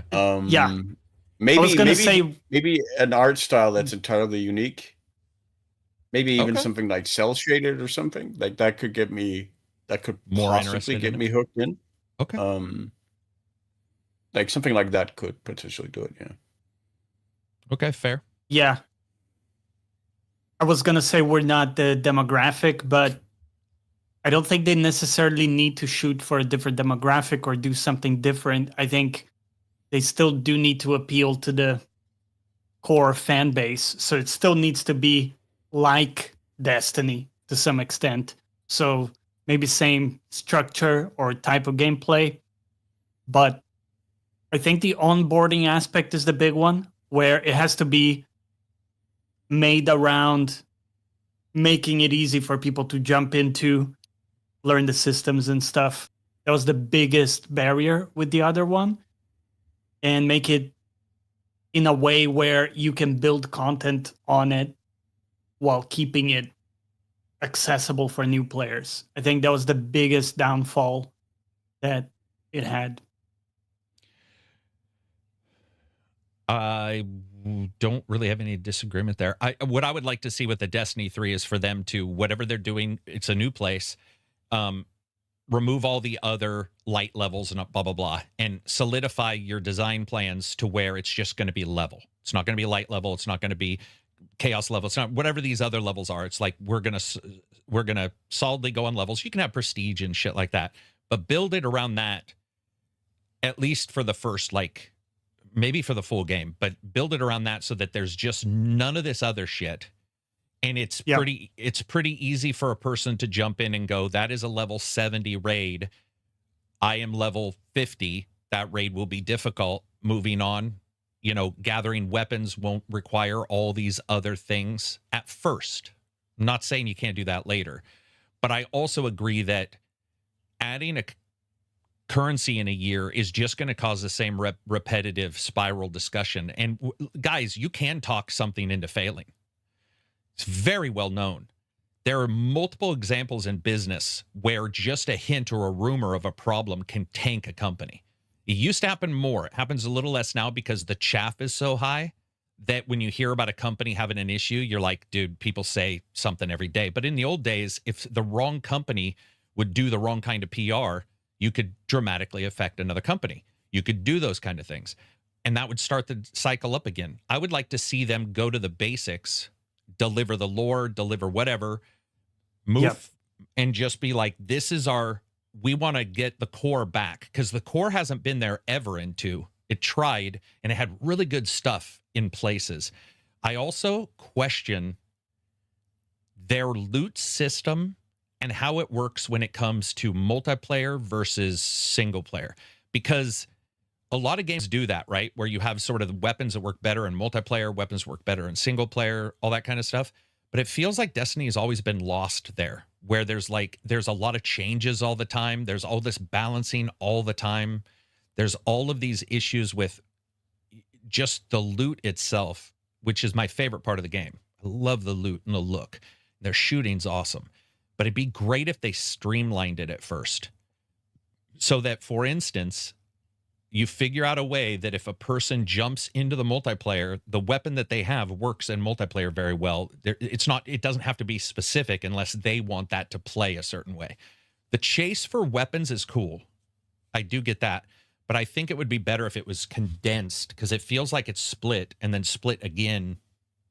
Yeah. And also, the themed raids and the puzzles, seems like everybody loves when they get a good one. You hear all these stories. It took them 15 hours to figure out how to get, these guys down. That's great. But I don't know about you guys. It feels like you're teleported somewhere and then you're back, and that doesn't exist in the world. So you just go into a guy's house, kicking the shit out of him, and then coming home. But he lives in another city. And it's so disconnected. And it would be nice for a little bit more travel, like, spaceships, how do you do that? Sure. Do you do more travel on the ground? Do you make it open land? Maybe you could have bases in certain planets where it's your hub for those missions. Yeah. Yeah, something like that. I like in the story, a stronger story would be, for me at least personally, would be a big draw. Yeah. Maybe a story that's more about like one thing versus all the eclectic shit, where sometimes she's like, okay, I don't know, there's a globe that was Peter Dinklage, now it's not, you know what I mean? Like that kind of stuff. So, that was odd. I think especially when you look at it, they are in such bad shape right now that they can really only go up, which is weirdly good. Maybe a good opportunity. It might be it's a good opportunity to where the expectation, like when I talk to somebody about Destiny, their expectation is 0. Like, it's just, even like when I talk to the people who are huge fans, they're like, no, like whatever goodwill they had has been burned out all the way back to 1 with the shit they were pulling. And now 2, get us back on track, solidify the line, give us 2 or 3 years of content built around this, a little bit more cohesive narrative and events and stuff that brings you together as a group, because I never felt that in Destiny. The group was just grabbing some people to go do something. There wasn't like a really good, like, core fundamental, we're growing together as a group or anything. It was instead like, let's just go and do a raid. It would be cool to see if they could nail that, because I do think they can. I think it might be, they have tools in there for it, but they just never come together, you know. So it'd be nice, because I'll tell you, they're shooting, loot. I get where Silver's coming with the graphic style, but I wonder if it's possible that Cell Shaded would look too like Borderlands, and that might turn people off if it looked. Yeah, maybe. So I would have to see. I think it would depend on what the style that would go with. Yeah. The lines, even, you know, like, do you make like heavy, light? Yeah. Absolutely. Effort free me says, I like Destiny, but I never feel like playing it for some reason. Too many good games, I guess. Yeah, there was a lot of good games. Best part of Destiny is a loot chase. If you water that down, the game will die faster than Marathon. Brother, you might want to check into Destiny. It's well past that. It's got its issues, and I want them to see success so they don't get cribbed up by Sony, because they're already being, you know, different parts. It seems like every single time that developer sticks their hands out the window, Sony chops that hand off and takes it with them, and you wouldn't want that company to get much smaller. So I'll be interested in seeing what they do. I'll be rooting for them, because I do love me some shooting, man. Love me some shooting in that game. I would love a few large destinations to be explored, like in Division. Yeah, me too. That's one of the things I think they're missing. Maybe they can't do it in that game, in the current engine or something. I don't know. Yeah. What else do we got here? Tormented Souls sold 100,000 copies. Tormented Souls 2. That's crazy. Yeah, nice. Yeah, very good for them. That's nuts. That's way higher than I thought, because that's a game that just didn't have a lot of people talking about it. Damn. What else do we got? I don't really. Did you see that? The old Resident Evil type survival horrors. Is that what it is? Yeah, I saw some of the guys playing it, but it was hard to tell, really. And it's if I remember right, anyway. I seem to remember that Tormented Souls, the first one, was like a Resident Evil traditional, like a callback to Resident Evil in a way. Yeah. What were we going to say, Johnny? Sorry, I interrupted you. Did you see that conversation around the Steam machine not being subsidized and being priced similar to a PC? So they were making estimates around like 700, 800. Yep. What do you make of that? That's what I think said it's what week. we talked about too. Yeah. There is not a any plan to do it. You know, it's not going to happen. It's going to be all these companies. They're just this subsidizing didn't even make sense during the exclusive days, but people still did it. There were still times where it might have been financially feasible because they were wafer shrinking later. And so they were taking that loss at the starting. But if a company had a failure, meaning the console didn't sell, they were screwed, because you never made money, right? Nintendo's smart. Yep. They made a little bit on every device they've made money on. But here's the thing. What's the difference between Nintendo and most all other consoles? Power. There's a reason why. Because they wanted to make money versus put the games out, or put the money out there and make money on the games and try to, buy back that debt. Yeah, none of that surprises me. I mean, remember, they stated that same day to Adam Savage's, I think it was Adam Savage's video with the guy who does the VR reviews. He was asking them price, and they were like, we are going to attempt to possibly get it below the index. That is not strong conversation. The frame? Yeah, for the frame. Yeah. Yeah. And so it's just like, okay, well, then you know exactly how the pricing is going to go. It's just, writing was on the wall. Yeah. So, yeah, it's not really, it's a mini PC. So there you go. Yeah. But I do think when you look at the frame, you now need to buy the box too, right? No, you can play it on your PC. Can you? Yeah. I thought it was only compatible. No, you can wireless. No. The frame is okay. The frame is possible to be used. They were just saying there's a synergy there where you play, they both handle the, that makes sense, because I was thinking, why the hell not allow people to to play Because from. at that point, you'd be like, that headset would be its cost plus 600. Plus, that's what I was thinking. You'd just be like, okay, Yeah, so that headset is $2,100, whatever the price Yeah, would be. that makes a lot more sense. Yeah, dude, we're just not going to see it, man. It is not going to happen. And this wasn't going to happen prior to even the RAM. Just every company was looking at that and going like, okay, in fact, it's rare you do have a subsidy like that. Most entertainment, whatever you're in, you make money. You don't like sell at a loss on purpose and then hope later another quality product has to come for your device to then make money. That's weird when you think about it. Like when you really think about that, that's like now you have to hit it twice. These guys are like, no, fuck it. We're just going to hit it once. I think the Series X or Series S was a good indicator of that, because the Series S also indicated just how few of the people who play games are talking in Discords and on Twitter as console warriors, because it just sold gangbusters, especially in the first years. So outsold the Xbox. Whoops, my dog is having a nightmare. Hey, buddy, that's me. Because people just wanted into the next available games. They didn't care so much about, the other stuff, and at a cheaper price. So yeah, weird one, man. I don't know. We'll have to see, right? 2026 is what they said. So maybe March. Yep. February, March.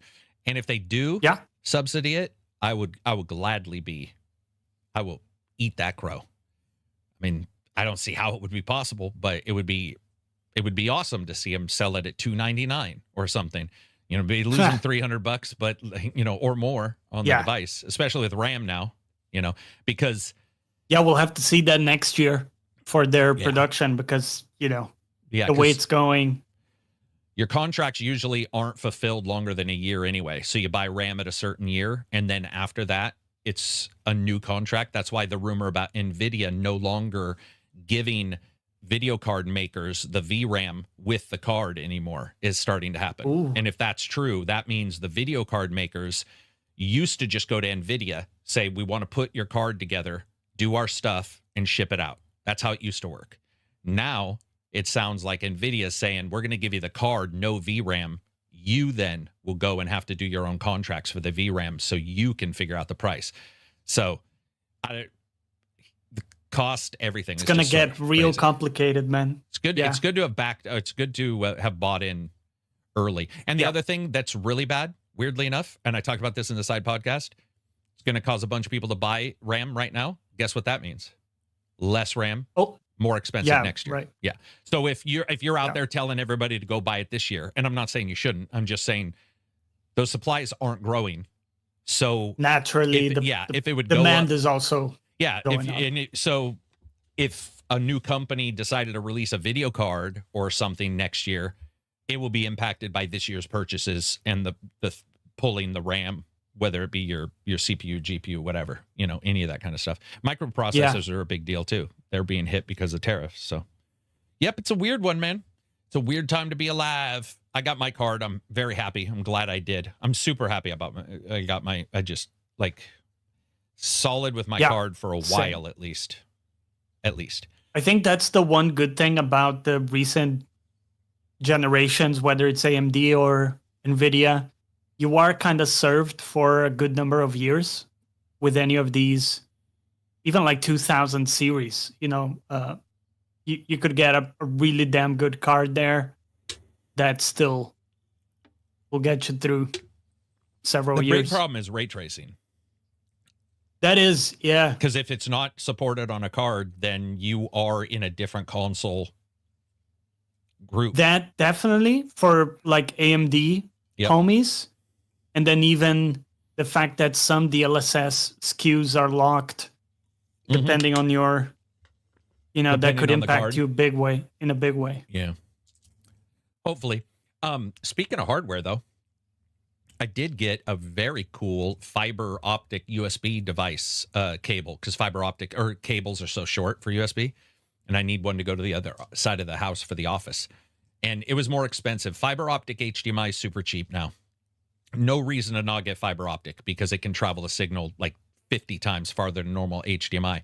USB, on the other hand, still expensive. But man, that thing works well. It's so nice to not have to have like plugins and shit to power up a USB booster. Admittedly, I should wire my house, but I just don't have the money for it. I should just like pull some lines, but that sounded like drugs. I should pull some LAN cables into different rooms, but I just don't. I fucking don't like my attic. Do you guys have attics in your houses? No. Oh yeah, you're in a condo. What about you, Silver? Do you have an attic? I'm in an apartment as well. No. Okay, you guys are lucky. They're I have a basement, torturous. They're torturous. Like this tall, and there's no. Oh, you have to like. And you have to walk. Crouch. You have to walk on the boards. You can't go in the center. You just fall through the fucking ceiling. So you're on. Oh. So your knees are smashed to shit by the time. Like, dude, if you don't have, and you won't think about knee pads the one time you need to do it because it's like you won't think about it. You'll go up there. You'll be like, I'll be fine. And within like 5 minutes, you're up there just crying. Like, why? Whatever. And there's spiders. It's super hot because that's where all the heat collects. Yeah, it ain't fun to do. Oh, I'd have to hire somebody to do it. Let's see. What else do we got? What else has happened this week? Anything? I saw something this week. I wanted to get your guys' take on it. So there's this game called Horses that Santa Ragione. yeah, it got banned on Steam. Mm-hmm. And I mean, it had some controversial stuff in it. It's kind of picturing really dystopian kind of society where like some people are treated as subhuman and they are literally ridden as horses, that kind of thing. And they had some like disturbing scenes and stuff like that. Nothing that would be like sexual to like arouse or anything. Bestiality. No bestiality. Yeah, nothing like Okay. that. But Steam just banned it. They didn't allow them to like appeal or do anything. They just gave them the guidelines and they said, listen, here are our guidelines. You guys didn't pass. And there was a lot of hubbub around this because other platforms were fine with the game and the changes they made to make it more acceptable. Like Epic, GOG, these other places were okay with it. Steam banned it, didn't allow it, and kind of raised this whole discussion with, is Steam going too far with censoring or like controlling what's going to be on there? And, who makes the tough decision or of what passes the threshold of acceptability, that type of stuff. So I wanted to get your guys' take, where do you stand on that? Because it's a bit tricky, right? I mean, certainly you want to have some standards, but on a platform like that, it's kind of What tough I to read, have Valve basically told Santa Ragione, the developer, that there was material depicting minors, Okay. unsuitable material depicting minors in their game, but they wouldn't specify which scenes they were or what Santa Ragione could change or whatever to make the game appropriate or whatever, despite them petitioning Steam repeatedly for information on what they could do to fall in line with Steam's guidelines. There was just radio silence from Steam continually for like 2 years. It was all the way back in 2023 or something. Yep. And it's been like the game has been in development since then, and it's in development now, and they still can't release it on Steam. They can release it on other platforms. Other platforms have approved it, but Yeah. Steam still hasn't. So yeah, and Santa Ragione is an indie developer.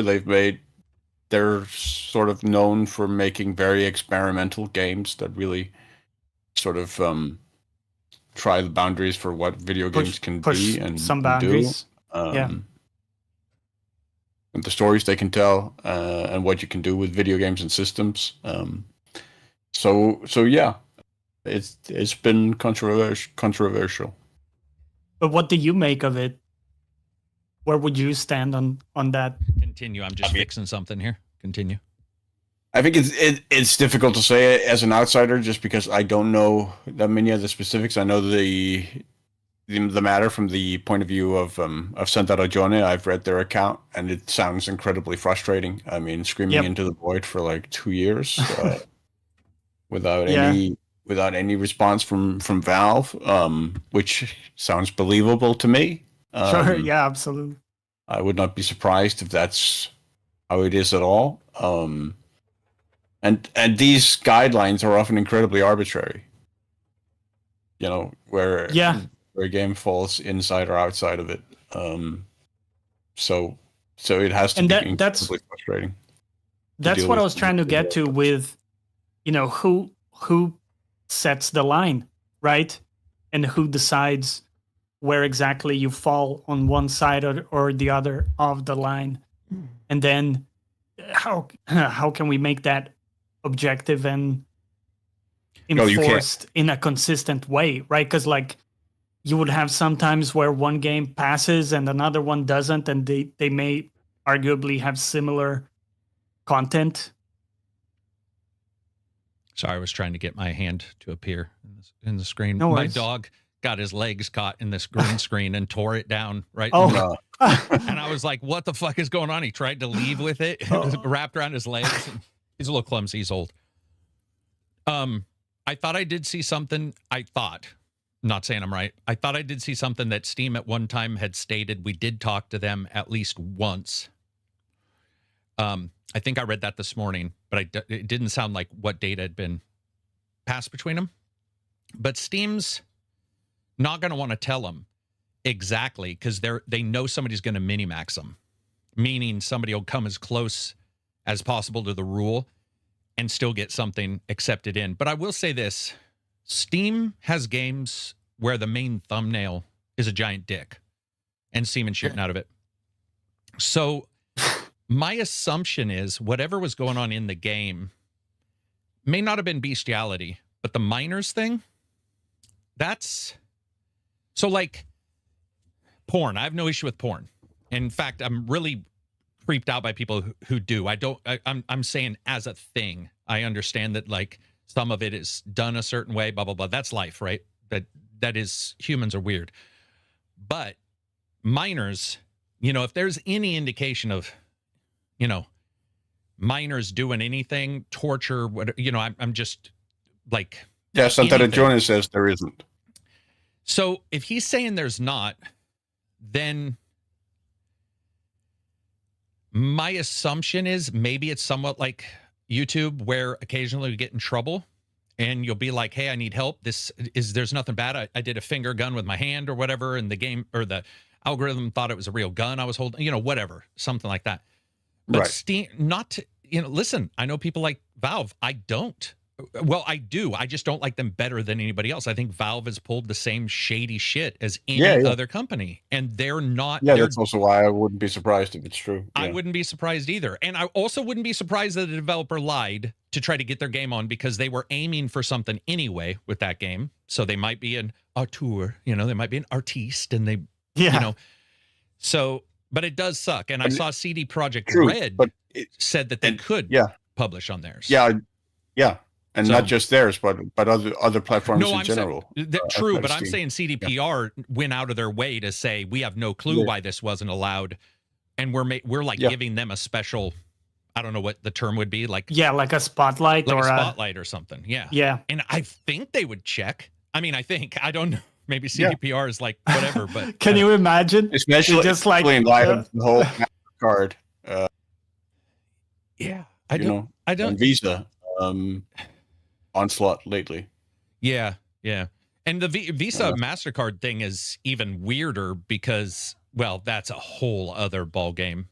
Like who's running all that, and, you know, the conspiracies behind that, because that's worldwide, and we're seeing effects in some places, not in others. I mean, dude, I don't know. I'm always like, if somebody's aiming for something weird, I'm always the guy who's like, they were probably doing something weird. They were probably trying to get away with it. You know, like whether it be a movie or whatever. It's like, yeah, I get it. You're pushing the boundaries. We get it. But you got to also live with the consequences. But if other stores are like, what?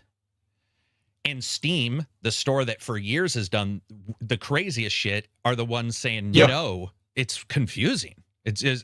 backwards. Actually, it's backwards. I guess I would expect like You an would Apple expect them. or an Epic to be like, you can't be on our store, Yeah.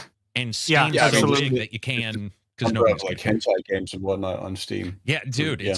it's Steam's crazy. Steam's like, I mean, the most stuff on worrying Steam. thing to me is the notion that they're not willing to work with the developer. Well, they did you know, contact them. They did tell them. They did tell them that something was wrong. So they did. Yeah, but contact they him at didn't- least once. They're not right, gonna but tell they him didn't exact- work with him to. No, yeah, they never will because there's 10,000 games a month. It'd be patently impossible to do it. What they need to do is make sure their rules are set up so that a game maker can look and go, "This is what I can hit or not," and not have to worry about these little situations. That's also why I'm wondering if something is in the game, because again, they don't turn that much away. So like, why would they turn this away? But we would just, and also, do you believe Yeah. the developer?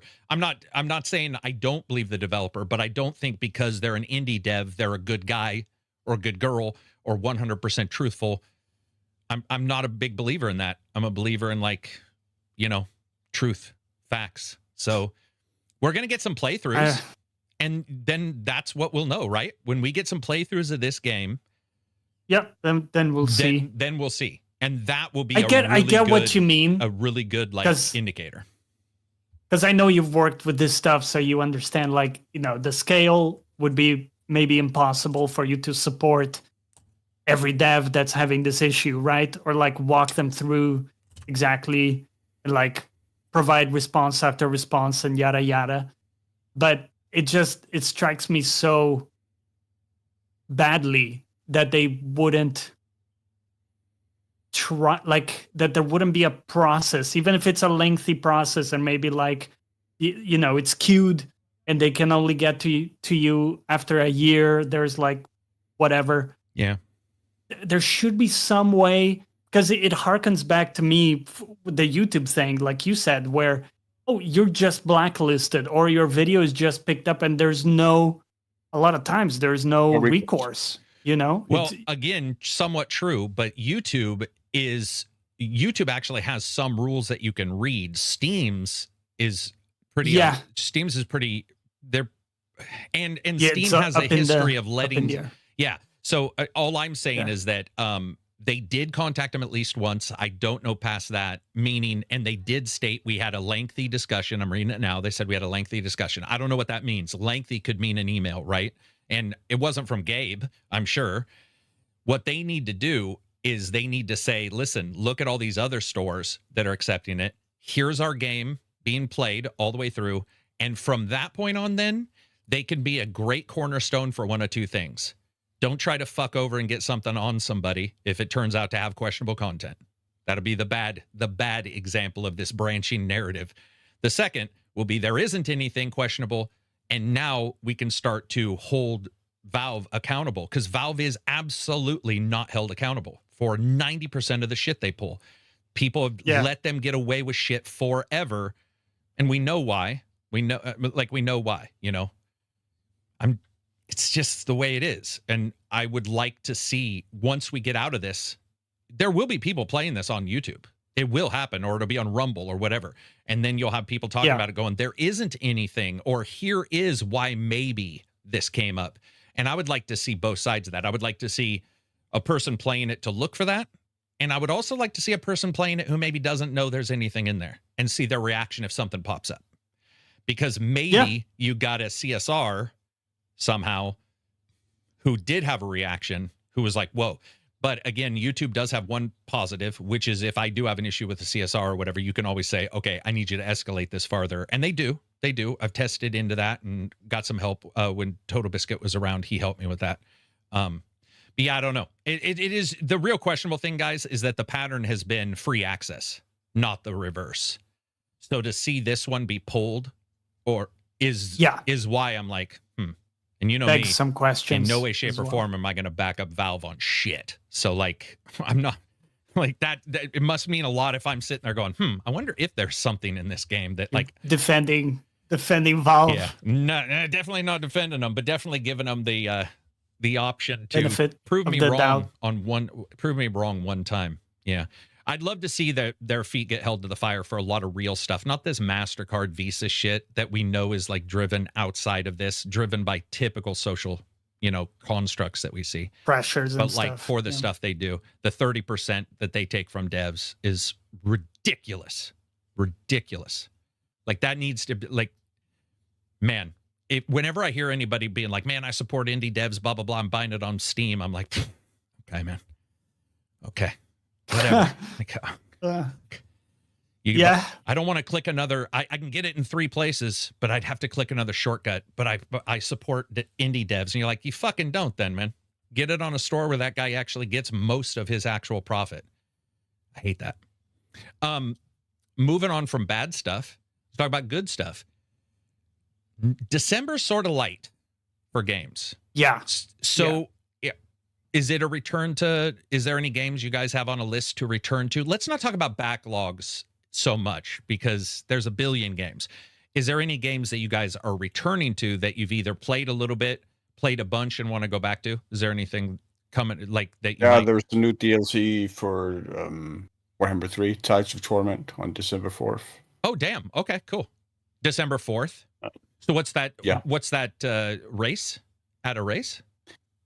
Yeah, it's 3 new legendary lords for the High Elves, Aisling the Sea Lord for Slaanesh demons, the best of all demons, Vikala, and the Mask is FLC Lord, and then for Norska, Sail the Faithless. Damn.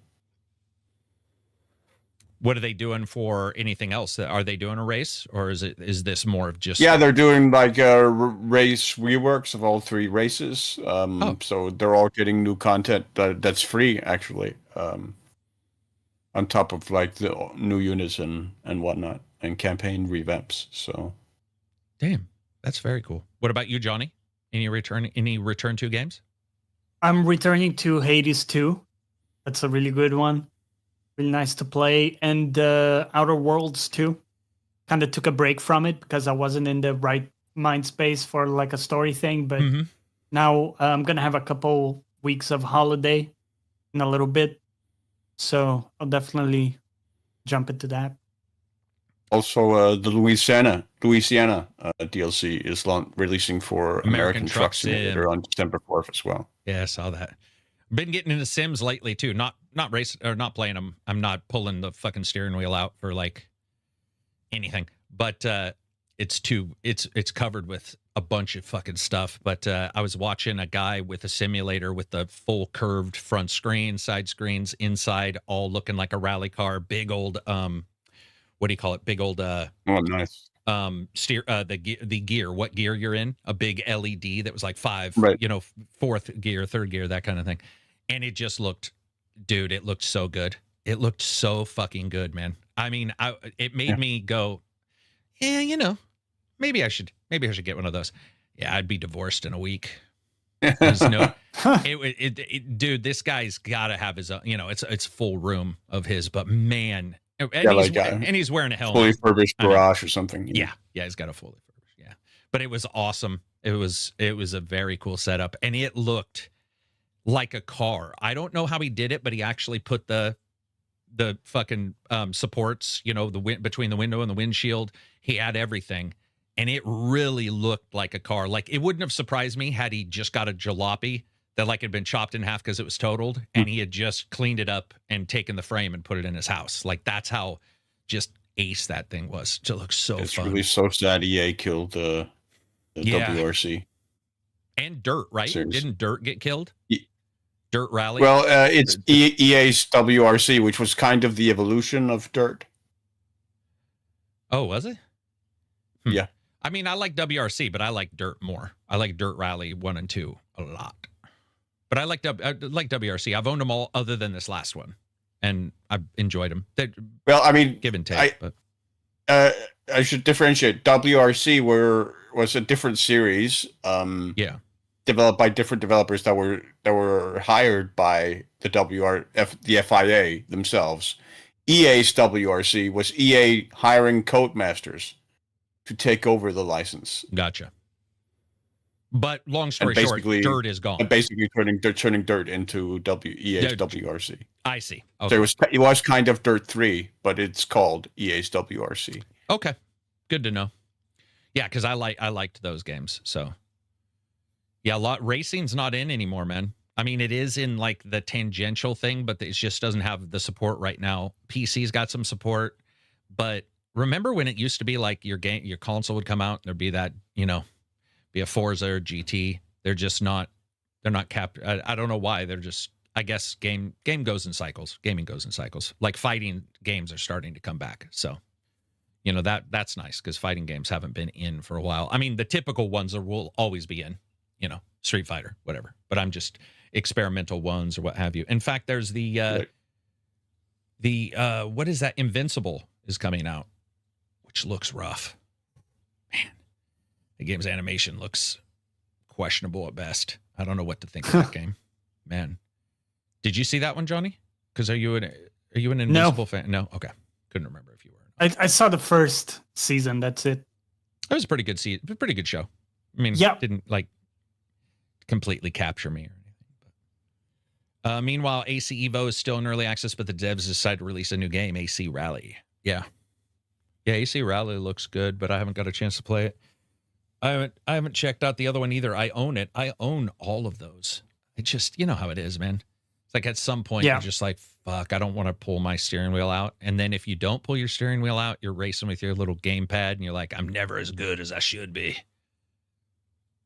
Yeah, I mean, especially the Assetto Corsa games and whatnot are where the gamepad are not. Yeah. Yeah, they're not. Yeah, you can tell. You're like you distinctive lots of seconds delivered or difference between those two. Checkmate, $5 super chat. What's up, buddy? He says, one game I went back to after the shitty Stutterfest launch on PC is Lords of the Fallen. It's now buttery smooth. Yeah, Lords of the Fallen, man. Fun game. Yep. The thing was like such a disaster when it came out. Then they remade it. That one had some issues. Now it's got patched up, and they've got a second one coming. So hey, keep trying. Yep. Keep plugging away. If all else fails, keep plugging away. Redo it. Lords of the Fallen 2 look pretty good though. So I want to see Surge 3. I don't think I'm gonna. Surge is so nice, man. I love setting Surge. It is a good setting, and it's one of the very few of those games where I know they all feel different, for sure, but something about Surge 2 in particular, the weapons felt absolutely different. There was something that was more, and I don't know if it was maybe just more weight to a weapon. I think it is the sci-fi setting with like the body horror thing with him, like. Yeah, I thought those were pretty cool. I just liked when you picked up like the giant fender looking double staff. When you swing it, you're like, whoa, that is insanity. Yeah. But no, I'm glad you're getting back into that one. Lords of the Fallen. Lords of the Fallen had a great the split of the Umbra and real life, or the Umbra and the normal world. I thought the two overlapped worlds. Yeah. That was a great idea, man. I'm hoping they like build up on that. And I think they're going to. I mean, obviously, it was one of the special things about the game. Let's see. What else do we got for news? Has anything else even popped? It's been so.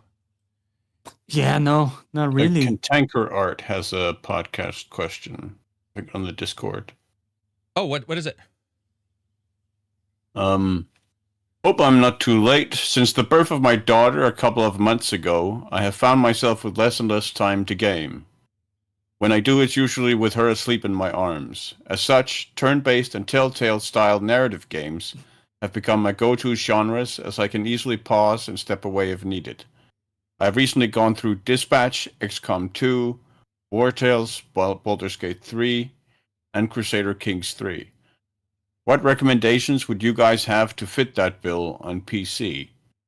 I'm a snob with how things look, as I've recently dropped a few quid on a new GPU, so nice looking with a good story is a big win. Cheers for all you guys do. So we started out saying Telltale and stuff, but then started talking about how a game looks, and I don't think I've ever really merged those two together.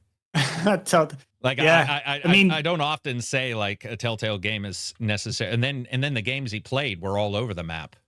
So I I mean, guess Yeah. either turn-based or like a pausable. narrative-based game. and pausable, right? Yeah. yeah, Dispatch definitely a good one if he hasn't done that. He did. Yeah, he mentioned that was that the one. first one he mentioned. Yeah, he did Dispatch. Man. So I'll ignore Telltale. You already know Telltale, so you can just go look up and decide on your own. Warhammer 2000 Chaos Gate, maybe, if you liked XCOM. Ooh, Chaos Gate. Yeah. Oh yeah, you're right. There Has a are a pretty couple decent Warhammer story. turn-based ones, right? Yeah, That's a has good a pretty example. decent story. Fun gameplay. Okay, I'm gonna say Yeah, it. that one's a pretty good time. I don't agree with it, but I'm gonna say it. Midnight Suns, which is superheroes and XCOM, might be up your alley. You know, if you like Yeah. shitty games. Just joking. It's not shitty. Chimera Squad is XCOM's. It's one of the main leads of XCOM made Chimera Squad, which is it's called XCOM Chimera Squad, and it was, I think it rated average. I would rate it above average, but not excellent or anything like that. I did enjoy Chimera Squad. So there's that you can pause. I'm assuming like shouldn't be super story in depth either. So like that's probably it for right now. But I mean, you've already What got a about good Life start. is Strange? Maybe fits the bill with the story. For some reason, I was thinking no because he said something about pausing, but I guess that's just saving. So you can definitely Yeah. pause as long as he's not talking about like saving everywhere, because I don't remember one of Okay. those games Yeah. didn't allow that. I don't remember which one it was, or maybe there was just a time where the save was grayed out because of a thing happening. But yeah, Sure. yeah. Yeah. yeah, Life is Strange. Well, then if we're doing Life is Strange, then yeah, Life is Strange. Tell me why. What's the other one? Well, Detroit Become Human. I mean, if we're talking about those guys, because Good. that's Yeah. For sure. yeah. Yeah. Yeah. Is that so? Is that so? Did you Those just are say great. yeah? I thought he said yeah, and so I was like, yeah, he's agreeing. And he's like, nah. But yeah. Oh yeah, right. Okay, I was like, why? Oh, David Cage. So you could do FM. I mean, you could do The Quarry. No, that's horror. You don't want to play that with your kid. I mean, you could, but Oxenfree is maybe, but Oxenfree is just a shit ton of walking around. Like I don't know, but yeah, Oxenfree. Obviously, I don't think that fits his bill, especially what he's talking about. But if it does, Oxenfree is fantastic. I mean, if all the games we just mentioned fits his bill, then technically any game is. I feel like we've just now suggested pretty much every single thing other than a racer and an FMV horror game. Yeah. So every Honestly, game out there. It's like every game out there. We've Baldur's now had Gate so many 3. Yeah, Baldur's Gate 3. I mean, Yeah. Baldur's Gate 3. Yeah. Shit. So You can pause. So you're good to yeah. go. Yeah, so I don't know. That's I think why I was confused at the first, because he said he likes this, but then gave like these examples all over the place. The So it's overlap like- became so big that he did you say know, graphics stuff- matter, but all those that we just discussed are known for having really good graphics. I can't. Life is Strange, Detroit Become Human. Yeah, they all have good graphics. So Yeah, I mean Detroit definitely up Yeah. there yeah, know, graphically it- that game is for those fantastic. games. Like That's funny though. It's funny. The moment we mention that's the only time Silver's like, me and David Cage Yeah. gonna throw down if I ever see him. What else do we got? Oh, hopefully that answered your question. That was just a lot of games, but I feel like at least something in there most of maybe. those would fit into what you were saying. Yeah. Yeah, for sure. And congratulations on the child. I mean, as long Definitely. as that child was planned. If the child was unplanned, then, still congratulations. Be a better dad. Just joking. Let me look at the news here and see if I've missed anything. What do we got? 1 o'clock. It's 2 hours, 30 minutes. Let's see here. Black Friday. So I did see this in chat. Somebody asked us if there was any Black Friday deals anybody was doing. I don't really do any Yeah. Black Friday deals personally. I haven't even looked. Did you say, yeah, you are doing one, Johnny? Yeah, I got the Rivendell Lego set, which is like a 6.6 thousand piece set. It's really beautiful. It's got some awesome mosaics and stuff. and I'm a big fan of Lord of the Rings, so I'm gonna like be watching the movies and putting that together over Christmas. And those sets are pricey, so it was actually nice to get a deal on it. Yeah, I don't even look. I don't even know what a deal is. I would have to look and verify it wasn't a fake deal. I know that that doesn't always happen, but some companies obviously do that. Where they show you the percent off, but yeah, but it was risen prior to that, you know. Yeah, you always hear the conspiracy theories that like everybody does it. It's for sure not true, but it definitely does happen. 100%. It's just gotta keep an eye on it. On the other hand, hey, if you want to get something, you want to get something. So yeah. I usually don't wait for anything though. Like I'm not gonna wait for a Black Friday. If I need something, I usually I know need what you it. mean. So yeah. But maybe a frivolous thing like a Lego or something like that would be something I would do, but I can't even think of a Lego I want anymore. Yeah, I don't really have anything. Maybe no, because I bought my cables. Yeah, I don't have anything that I've needed anytime lately. I didn't even know Black Friday really was a thing for you guys. I guess I just assumed. Oh, yeah, it is. Okay. It kind of mystifies me, the people who, like you said, would buy something just because it's on sale when they didn't really need it. Right. So I'm thinking of someone seeing a TV on sale and they go like, well, I don't really need a new TV, but let me go ahead and spend, $700 Damn. that I otherwise wasn't going to spend. So actually, in a funny way, the sale cost you money because you weren't going to spend that money. Yeah. But now you are because of the deal. So you're actually down.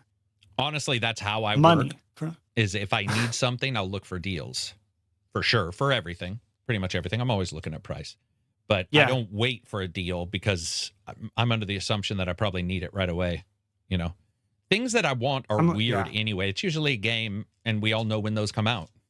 I mean, I would say the want in my life is mostly games. I want to see a show that's coming out or a movie, but you can't really wait on a deal. It's like it's either out and available or it's not. So yeah, the only other things are like clothes. Sometimes it's nice over here. Yeah, Amazon, because you can jump in there, get a bunch of T-shirts. Mm-hmm. Small stuff like that is pretty nice. Or if you need any Amazon devices like Fire Stick or Kindle, like these things are great. They're always on a good sale. I got the new Echo Studio, and I gotta say, man. Oh, nice, dude. Yeah, those look they're pretty insane. damn good. Yeah, I would say it's not as good. It's also, I think, like $80 cheaper than the original Studio. Oh, wow. Yeah. But that being said, it's pretty legit sound. Like, pretty legit. And one of our speakers had got, I believe, a dog peed on it, honest truth. Or puked on it, something.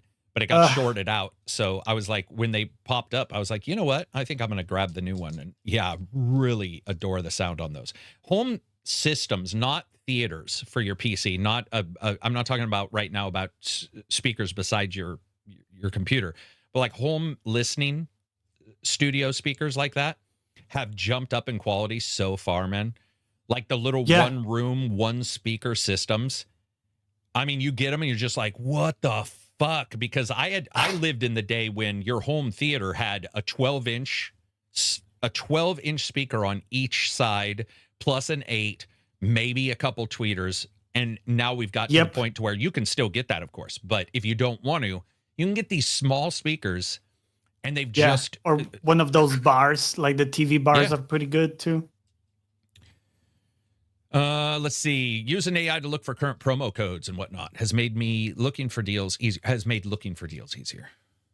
Yeah, that's cool. Yeah, that has been nice with Perplexity, where you can tell it the kind of stuff you're looking for and like go sally forth and find me those deals. Yes, find me them deals. Perplexity, find me them deals. Yeah, I definitely like having AI in the browser for some stuff because being able to like the have integration it go and is do so shit nice. while I'm doing something else, no, yeah, absolutely. Well aware that, there's ways in which that can get fucked up. But at the same time, I'm also well aware of some improvements that it's made for like ease of use or business stuff I've been doing. Been like, wow, that makes things a lot easier. But we'll have to see how that boils up because Right now, Google's being very shady. Speaking of shady, like Steam not telling stuff, that's not shady, but being secretive. Google's very secretive right now about the algorithm and how they're going to handle ads. Because with most AI, you can, just like a normal person, you can talk your way into getting them to do crazy shit, or you can trick them, whatever. Dude, I just have a feeling no matter what system they put in place for like AI ads or AI SEO, which is GEO for that, it's gonna be, somebody's gonna figure it out. And you're gonna see like all these stories about a company raising, they're number one everywhere on Google ranks, whatever, because one of their technicians figured out that if you do like 6 hashtags and say fuck off, the computer gets tired of you and puts you at number one because it doesn't want to be called names or something, completely crazy like that, where abuse actually works. It'd be interesting to see where all that goes. I haven't used my browser to shop, or my AI to shop. I haven't even thought about it. Icewind Dale. Somebody's talking about Icewind Dale. Whoa. Oh, for the survey on seasonal games, I like Icewind Dale. Icewind Dale's primo 1 and 2 of the best games ever made. I don't care what anybody says. I also have a Samsung S90D. It's a very, very good TV. That one is kind of Die Hardish, though, isn't it? Where it's just the fact that it's like winter ice themed that makes it Christmassy, or? Oh, it's definitely just that. But where you are is all winter, so that's one nice thing. Yeah. But when you said Die Hard, I was actually thinking you were going to say the other thing, which is also true. It is RPG for sure, but it is much lighter than like Baldur's Gate 1 and 2. There's a lot more combat. Yeah. It's a lot more action. But I got to tell you, the music, the voice actor, the narrator guy, just everything about Icewind Dale is phenomenal to me. I'd love to see real remakes of those, by the way. We talked about that before. Like, we see these remakes of those games sometimes come out. I think Pillars had remakes, right? Were those remasters or remakes? No, Baldur's Gate 1 and 2 had remakes. So whatever their remake is not what I'm talking about. I'm talking about like Unreal 5 or their own bespoke engine, or like Unity, whatever you do. Yeah, I'm talking about like a full-on, where that thing looks today. I would love. Yes. I mean, obviously, it probably wouldn't make any money, but I would love to go back and play those, because I played Icewind Dale recently for a brief second, and it was, especially back then, because they blow it up to get it onto a 4K screen or whatever, and they start to look like gelatinous masses, because it was just in that middle ground between high definition and low, and you get weird, just graphical effects. Let's see. The price for those is surprisingly low, actually. That's sick. I wish I had the extra dough. I'd pick up a PSVR 2. It's highly discounted. Yeah, PSVR 2 went on discount pretty quick. That thing just did not do well. Didn't they do a remake for Icewind Dale as well? The guys who did Baldur's Gate?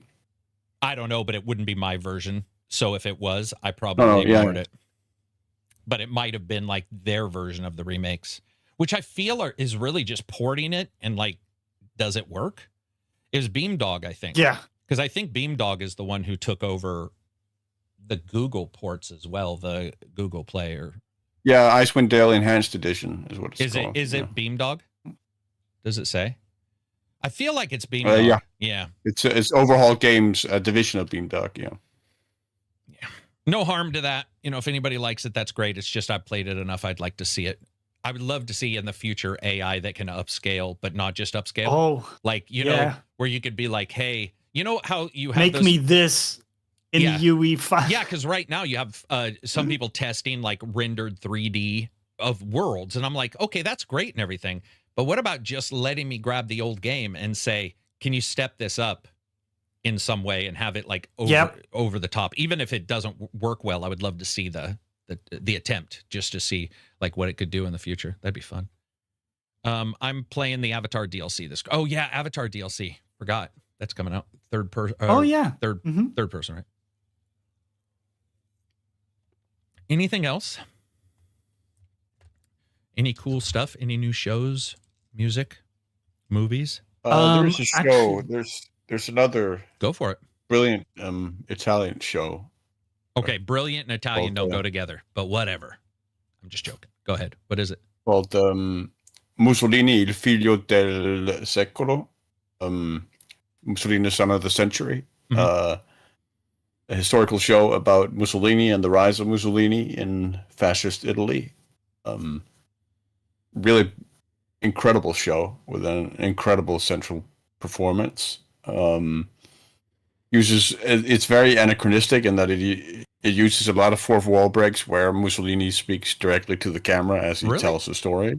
Yeah. Huh. And weird. it also uses a lot of modern music, particularly like trance music. It's just an incredible frenetic show, incredibly intense show, or series, and highly recommend it. What's the language it's spoken in versus what Italian. subtitles have been? Okay. Actors that we know, normal actor, any Italian actors, like Italian heritage actors who are in there who are also known in like Western cinema? Or is it more just The central actor, Luca, I forget his last name. Luca.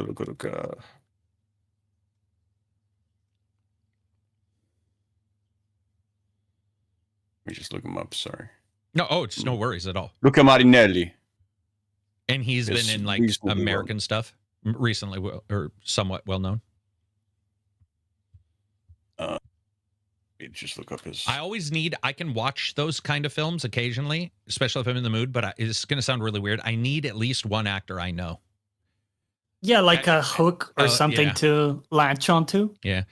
Soul Sleeper, $6 super chat says, talking about fascists, did anybody play Kirby's new game yet? I don't know what that means, but that is a He's hilarious actually sight. in Death Stranding 2, where he plays Neil. Oh yeah, there you go. Oh shit. Okay. I know who that is. All right. Well, I'll check that out. So Soulskeeper says, did anybody play Kirby's new game yet? Nintendo Switch, I'm assuming. I have not. Unfortunately. Nope. No. Nope. So you're gonna have to keep your fascist to yourself. Soul Sleeper, can't help you on that one. No, I've absolutely no clue. I haven't even got a chance to check out half of the Nintendo stuff. I really want to, but I don't have the money to spend to buy an additional handheld. And then with Nintendo, they are so, what would the term be? Politically correct. They're so selective in who they allow to see their previews or the review games that the chance of getting Nintendo games is, I've been told straight up negative. That game is effing awesome. I wasn't expecting much from it due to not really liking the movies, but after hearing ACG's thoughts on it, I jumped in and it's amazing. What game are you talking about? Oh, Avatar. Yeah, no, Avatar was fun. Avatar was basically like Far Cry with giant tall blue guys, right? Yeah. Feels like generally a thing. Like it worked. I had a good time playing Far Cry. That was not on purpose. Yeah, there you go. That was not on purpose. I had a good time playing Avatar. Great jungle game. Yeah. Yep. Oh, dude, and the graphics in Avatar are. Yeah. God, that is yeah. Man, that makes me want to go back to the DLC. Maybe I'll check it out. Yeah. I hope it's good. I tested Kirby Air Riders. Couldn't get used to the controls. Prefer MK World. What's MK World? Mortal Kombat World? No. What's MK World? Oh, Mario Kart. Duh. Mario, yeah. I honestly, this entire time, have been thinking about like Scorpion and Sub-Zero in cars. I was not even thinking Mario for some reason. I was like, oh man, did they do it? Because they did have. Funny enough, I would play the shit out of that. Mortal Kombat. If you had like Annihilation, Mortal Kombat driving. I'm pretty sure it was either Mortal Kombat Annihilation or Armageddon had a car. It was called Mortal Kart. Mini game? Yeah. Oh no, it was in the game. Yeah, they always did three games in each fighting game. So you would have the fighting game, and then you would have two other side games in the game, like Puzzle Fighter. They did that. They did a 3D adventure game, and they did a kart game. They did a puzzle fighter game. So you would always get 3 modes in the game. And I think 2 or 3 of those did it. It was great. It was good fun, man. Loved those. Mortal Kart. Yeah, I think that's what it was called. but it was right inside the fighting game, so a person who bought the fighting game didn't have to worry about getting the other stuff. Sub-Zero would be so OP in Mortal Kombat Kart. Yeah, dude. I mean, let's be honest. He's OP in everything. He's the fucking most boring character in the world, and he's still around. Those two ninja guys gots to go. Sorry. I wish Mortal Kombat would just kill him and start. Dude, it would be crazy to see a company that ballsy, like somebody who's been that long in their heritage, to just be like Mortal Kombat. Because you know how they rebooted recently? They were like Mortal Kombat 1, and it's fucking dude. They switched like two things, same fucking game. Yeah, come on, man. Yeah, they didn't really change much. It'd be cool if they were like, yeah, all new fighters. You know, we're gonna embrace the future. Get rid of these ninjas with their stupid. By the way, Ninja super yellow, Ninja super blue. Ninja's supposed to be, you know, they had the secretive. flavors. They had like 2 flavors of each character. It was blueberry and banana, and then they got even the girls. You had like Saboot, right, Ermac, and the girls. Yeah, the girls. The girl, you know, they texture swaps. Well, they had some more distinctive stuff, but yeah. You mean their tits? No, dude, like the one that had the I thought you meant boobs. Monster face behind the mask and stuff. stuff. Where she put Melina's that one, right? Yeah. What did Katara have? I think so. She had size. One had fans, one had size, right? Isn't that how it goes? Oh yeah. Right. Katana had the fans. Katana had the fans, yeah. Man. Good old days. Just racks on racks on racks, though. Man. Like, there was definitely some push-up bras going on in that game. Hey, at least keep the green ninja, Reptile. I would keep the green ninja. Reptile is at least slightly camoed. But come on, guys. I mean, it looks goofy. It'd be so cool to see these. Imagine if Street Fighter did that. I would have so much pride. Of course, they'll never do it. But it would be hilarious if they were like Street Fighter 8 or whatever. Just totally new guys. But you know how, characters? Yeah, you know how they do it? You know why? Because instead of Ken, they'd fucking call him Ben, and he would look just like Ken. That is the bankruptcy that exists there. Red robe guy, you know. Yeah, it would be a color swap, and they'd be like, "No, it's not. Yes, it's not totally different. It's totally different." And you're looking at him going, "Dude, come on." Yeah, that's what I said. Noob Saboot. There's something a lot of car combat games don't seem to get right. TM originally played like a fighter with vehicles. Noob Saboot was awesome. Is that it? It's such a quiet time. I think that's it. I've been watching a couple of really good shows from Paramount. Landman. That's great. Really good show. And then the Mayor of Kingstown. Fucking great. Yeah, that has been really good too. That kind of reminded me a little bit of The Wire. But kind of like modern and stuff, with like some of the good stuff from that show, but brought to like current times. And really nice watch. Mayor of Kingstown. Funny enough, they got a lot of good stuff, man. They do. Both of those are great shows, but Mayor of Kingstown is definitely a show you want to have some Parks and Rec in between. That show can get really dark. A bit, dude. Man. It's getting pretty dark, bro. And I'm fine with those normally, but even I'm sure. like, and by the way, 2 of the best, Goliath also did this, 3 of the best musical tracks for their openings ever. I love Mayor of Kingstown, but it sounds like Ghosts. It sounds evil as shit. It's funny you mention it. They do the flash and they're playing the music and you're like, even this is sad. Like everything about the show is sad. Even their fucking starting music is like, oh.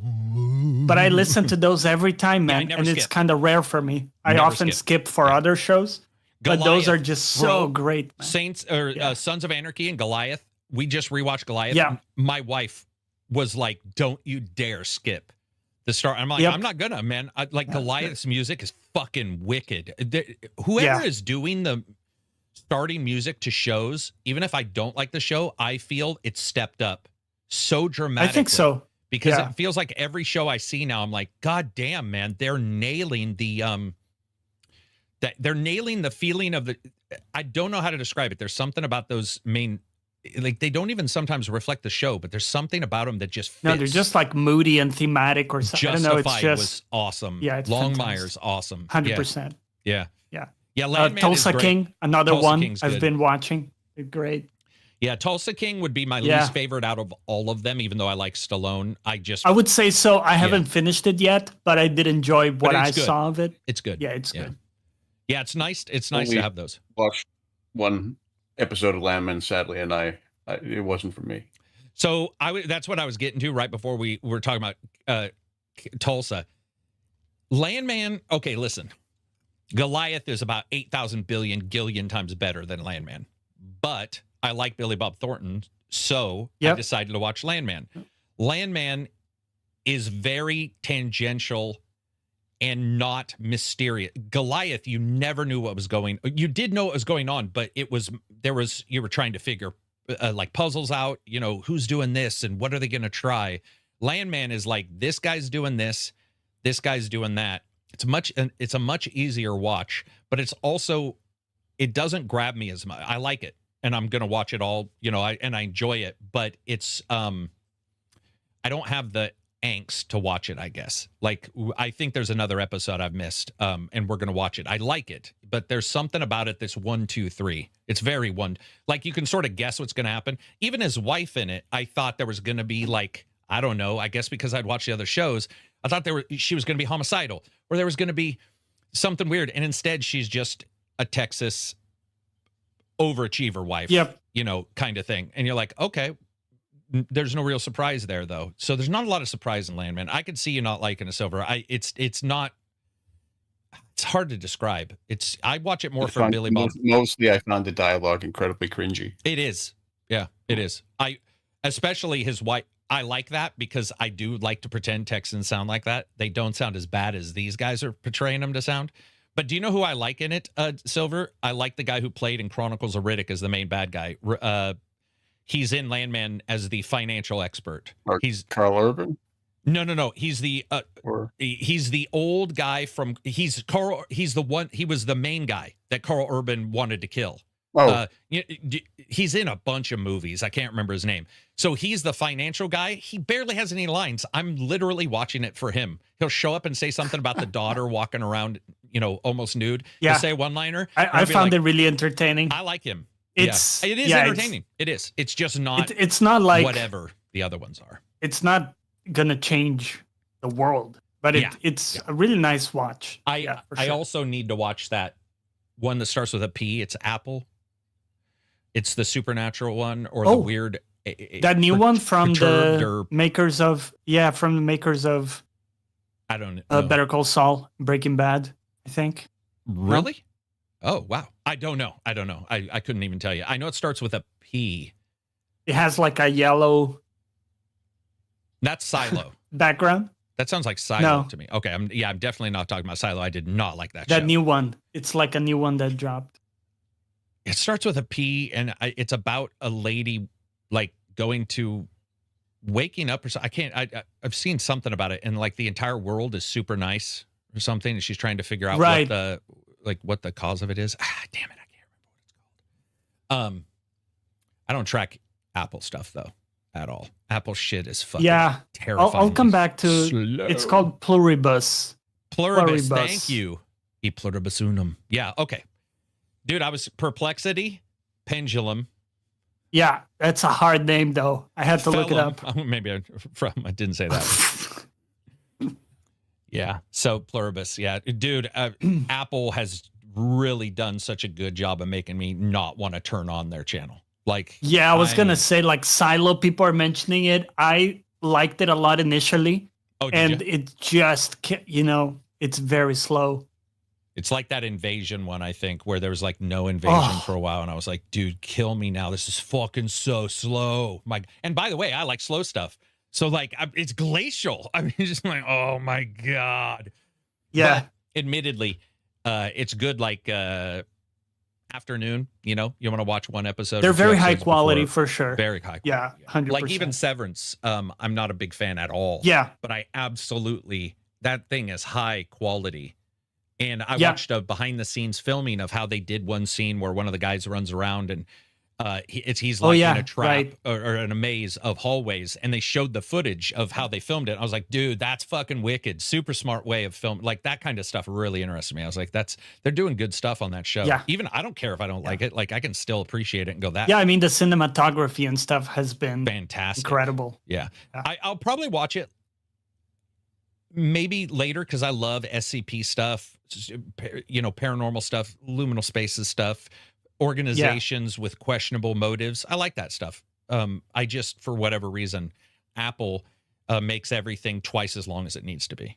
Like every episode is, Yeah. it's like, oh, it's too long for me. What else do we got? I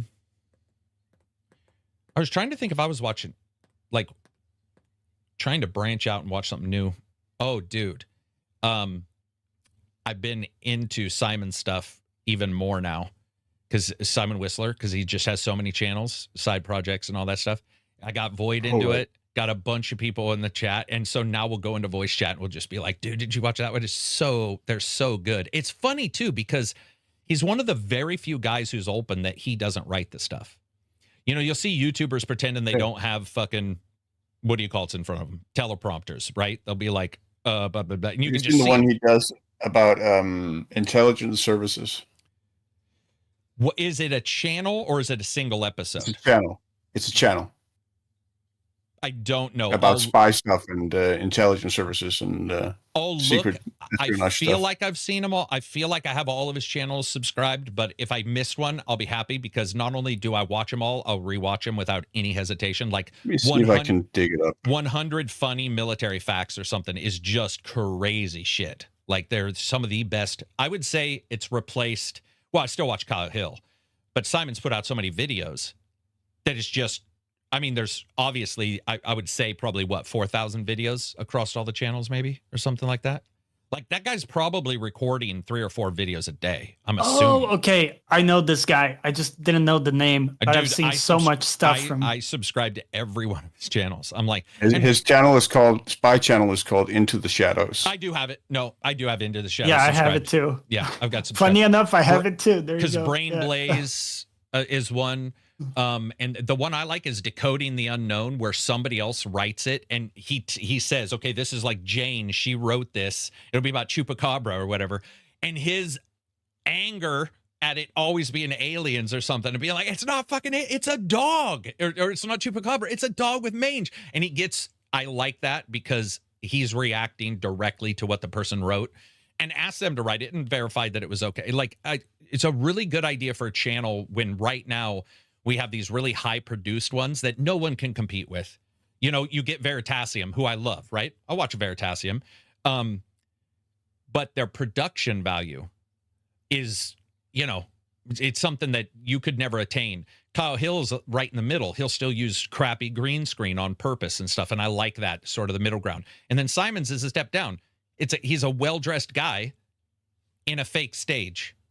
And shows that you can do that. I love that kind of stuff. Not even if I want to do it, but like I love showing it to new YouTubers too, and be like, look, this guy has been honest about a bunch of shit most YouTubers wouldn't even be honest about. I know in the past, I think he didn't state that. You don't have to, but he is very clear now that like he does research. They try to do research together. They're doing a bunch of work, but that a lot of the script is written by other people once they get that data. I love it. I think it's cool to see, You don't have to do what I do, which is stupid. If I had more money, I wouldn't. But where it's just all you. It's like, if that works for you, he's had nothing but success. Dude, he's got 8 channels. Or 9? It's insane, man. I don't know how he can. My throat would be fucked up. How he can do it. I've been with you guys on a Friday chat before, just from laughing and talking. And I talk a lot, as you can tell. And my throat will be fucked up the next day. That dude doesn't have a day off. Yeah. I don't understand. No. How he does it. Stranger Things season 5. Yeah, that's the other one I do want to watch. Stranger Things. I cool. Almost caught up. And the boys coming. Oh yeah, and this is the last one, right? Yeah. Yeah. I'll watch it all the way through. I like The Boys. I got a little, it's the same thing a lot. So yeah, season 4, like the last season in particular, I didn't think was very good. Yeah. On my part. Which one was Which one was season like with? Can we? Yeah, I'll go look it up. I'm trying to remember what happened in season. Was it Head Blower Upper Lady? Soldier Boy Yeah. was the Oh, I last like one, I think. was that the last one? You guys weren't a fan of? I believe so. No, Soldier No? Boy wasn't the last one. He was the No? previous. He's the one, previous one because they put him to sleep and then Really? they had the next one. I Yeah, think he's yes. right because I'm pretty sure this last, if I remember right, I also had a bit of a You guys might be right. like a man. bit of a Yeah. tentative reaction to the last one. But when I say Okay. tentative, it just Yeah. means I'm not like chomping at the bit. It doesn't mean I won't watch it. You know, like Sure. I'm not one of those type of people. I've had this discussion with people about like Lost, where somebody's like, "Oh my God, they didn't cover the 6,000 plots at the end," and I'm like, you know what? I got there. It's good enough for me. I get it. I get where somebody may be mad about it, but I can watch pretty much anything. Yeah. You know, at least once. Definitely. Jay And says, Fallout 2. $5 someone super mentioned. chat. Excited for Stranger Things and Fallout this year, and thanks for Justified recommend. Amazing show. Yeah, Justified is great. man. Justified is. It is funny because I like no matter what, I could post a Justified one-liner and Void, it'd be 3 a.m. I don't know if he like has a ping that pops up, but I'll post a random. He has a fucking a regular expression. Yeah, like- it's just what pops up, and he'd be like, blah blah blah. The one-liners in Justified. Longmire's good too. People sleep on Longmire because it's like Justified's older, possibly simple brother. But I liked Longmire as well. I love Longmire. I'm just joking about the simple part. He's just really. There's not a. Justified's all about one-liners. Longmire doesn't have any lines. It's such a weird show because it's a lot of looks, and you're like, "What's Walt thinking?" I don't know, and I won't know for another 3 episodes before he finally says what's going on. I will say the best thread I've ever seen in a movie had no talking whatsoever, and it's Longmire. There is a part of Longmire where he is mad. I think it's season 3 or 4, 3 or 4. And a guy does something to him. He's done something to him, and Walt knows. And Walt comes up to him, and he says a small thing, but he turns and smiles. You just don't see Walt smile. That character doesn't smile. So when he smiles at the guy, I was like, "Oh fuck, that guy is gonna die so hard." Like I loved that. I love that sort of play off of those things. Anyone watch Twisted Metal? No, I tried. No. I gave it a couple. Maybe 2 or 3 episodes. I mean, it's Car Wars, which as a kid, I loved Car Wars, a D&D game, but Twisted Metal didn't work for me. I don't know why. Showed some missiles flying around, some guns, which I love. Death Race 2000, or was it Silver? Was it Death Race 2000? Am I right on the name? Or do you remember that? Sorry. Maybe that's more of I should have asked Slim if he was around. 2000. Well, there was a movie with Sylvester Stallone, a couple other people where they had the huge race around America in the cars, and you got points for killing people. I think it was Death Race 2000. Let me look it up. Yeah, I think it was. And I think Jason Statham made a ripoff of it. In fact, I'm pretty sure. Yeah, The ripoff, I don't remember. yeah. There was 1975 I do was remember. David Carradine and Sylvester Stallone, and then 2000. It looks like maybe 2000 was Jason Statham's version. Jason Statham, man, it's gonna be around. He's always doing these movies where he's got a job. He's the It should the just be called The beekeeper. Job Guy. he's the transporter. Dude, Yeah. did you see Got the the one with jobs. Tatum Mechanic. Channing? Tatum Channing is called Oh. Roofman. Oh, Roofman. okay. So you have the accountant too, fucking beekeeper, whatever the fuck that's called, Yeah. and Roofman. Like nobody's trying with the names. They're just like, what does he do? He's a roofman. By the Yeah, way, it's not he's- exactly about that. The name sounds like that, but it's a cool story, a real story about a felon who hid in a Toys R Us in America for 6 months when he was on the run. It's a true story, and Tatum actually decided to sort of jump into that character and talk to the guy because he's still in prison. I think he murdered somebody. I think he actually did. Made some really bad decisions. Statham knows his limitations. I mean, does he? I guess so. Statham's in the same stuff a lot, but Statham's really good at whatever he's in. He can make a Yeah. pretty. I mean, he I even mean- made Crank good, and Crank was fucking horrible.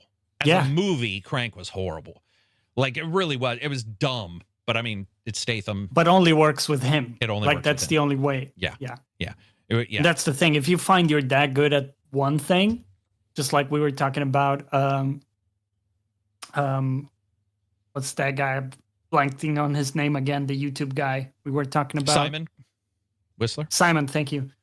I mean, he's incredible. I don't know if he's been born with that voice or if he just like practiced it. Like something true. happened there. You know, it's just a freak of nature in a good way. I'll tell you who surprised me. And by the way, Silver, if you want to go, because now we're just talking about movies, you can. But if you want to stay, I would love to hear your thoughts on some of these. But I do have to shout out that I really did think that Jeremy Renner was a terrible actor. I'm just being honest.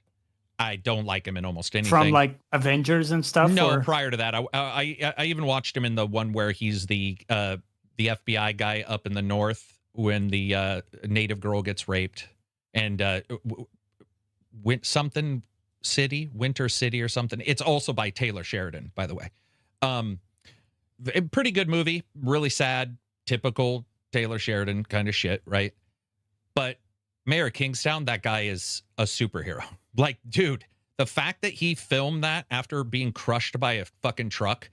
That's insane, by the way. Yeah. First or second, I think, episode, he's running like Tom Cruise. And I'm like, dude, what the shit are these millionaires on? Because I need that. My back hurts, man. Give me some of that, whatever, some of that injected blood from some young 18-year-old or something.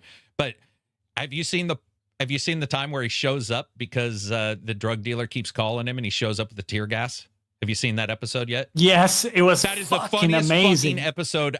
Dude, I was laughing so hard. Dude. You want to talk? And he just fucking drives a car up, just throwing gas and all to talk to him. He's like, and I was like, dude, he knows when to overreact so that everybody around him is like, don't mess with that guy over there because holy shit, man. Oh, dude, that is some funny shit. Or the time where he takes the kid to hockey. He takes the guy's kid to hockey. The guy's like, yeah, my nephew wants to get into hockey. And Jeremy Renner's like, I'll take him. And you're all, that's going to turn out bad.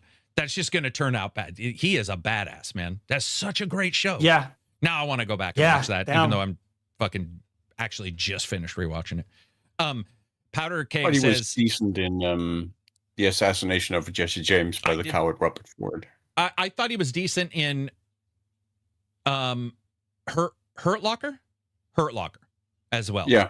Maybe it's okay. I mean, it's just that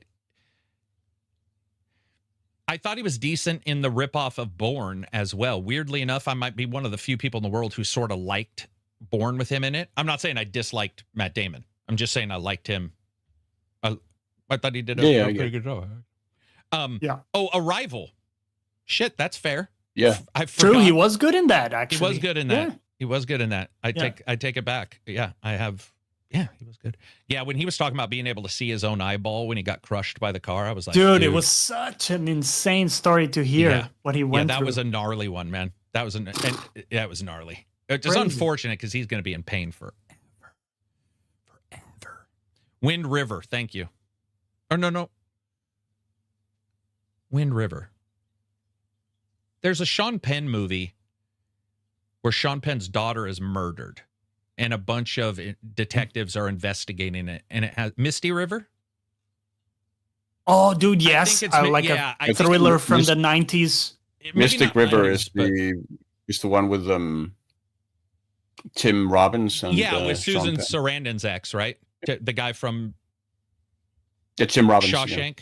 Yeah, okay, gotcha. Yeah, that was really good movie. Really solid. See, that's the thing. Taylor Sheridan's had just a bad life or something because everything he does is fucking sad. Well, I guess Yellowstone's not sad.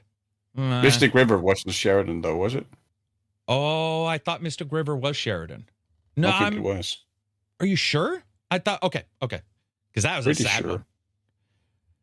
Yeah.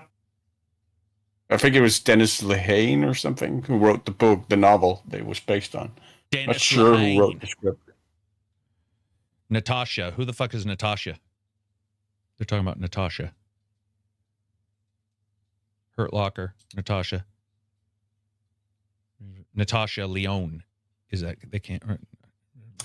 Oh yeah, Kevin Bacon. I don't know who that is. Was in that. Yeah. Yeah. Damn, that was good. God, I thought for sure it was Mystic River and Okay, gotcha. Brian Helgeland wrote the screenplay for Mystic River. Which one are you talking about? Not, and then the other one's Wind River, right? Which is the one in the snow with Yeah. Jeremy Renner. Okay, That's Taylor that Sheridan. That Yeah. one is Taylor Sheridan. Gotcha. Yeah, Taylor Sheridan, man. That's what happens when a TV show kills you. You get pissy and decide I'm going to write a bunch of TV shows where I can't die. And it's like smart move. All of the shows we're seeing right now are because Sons of Anarchy killed him.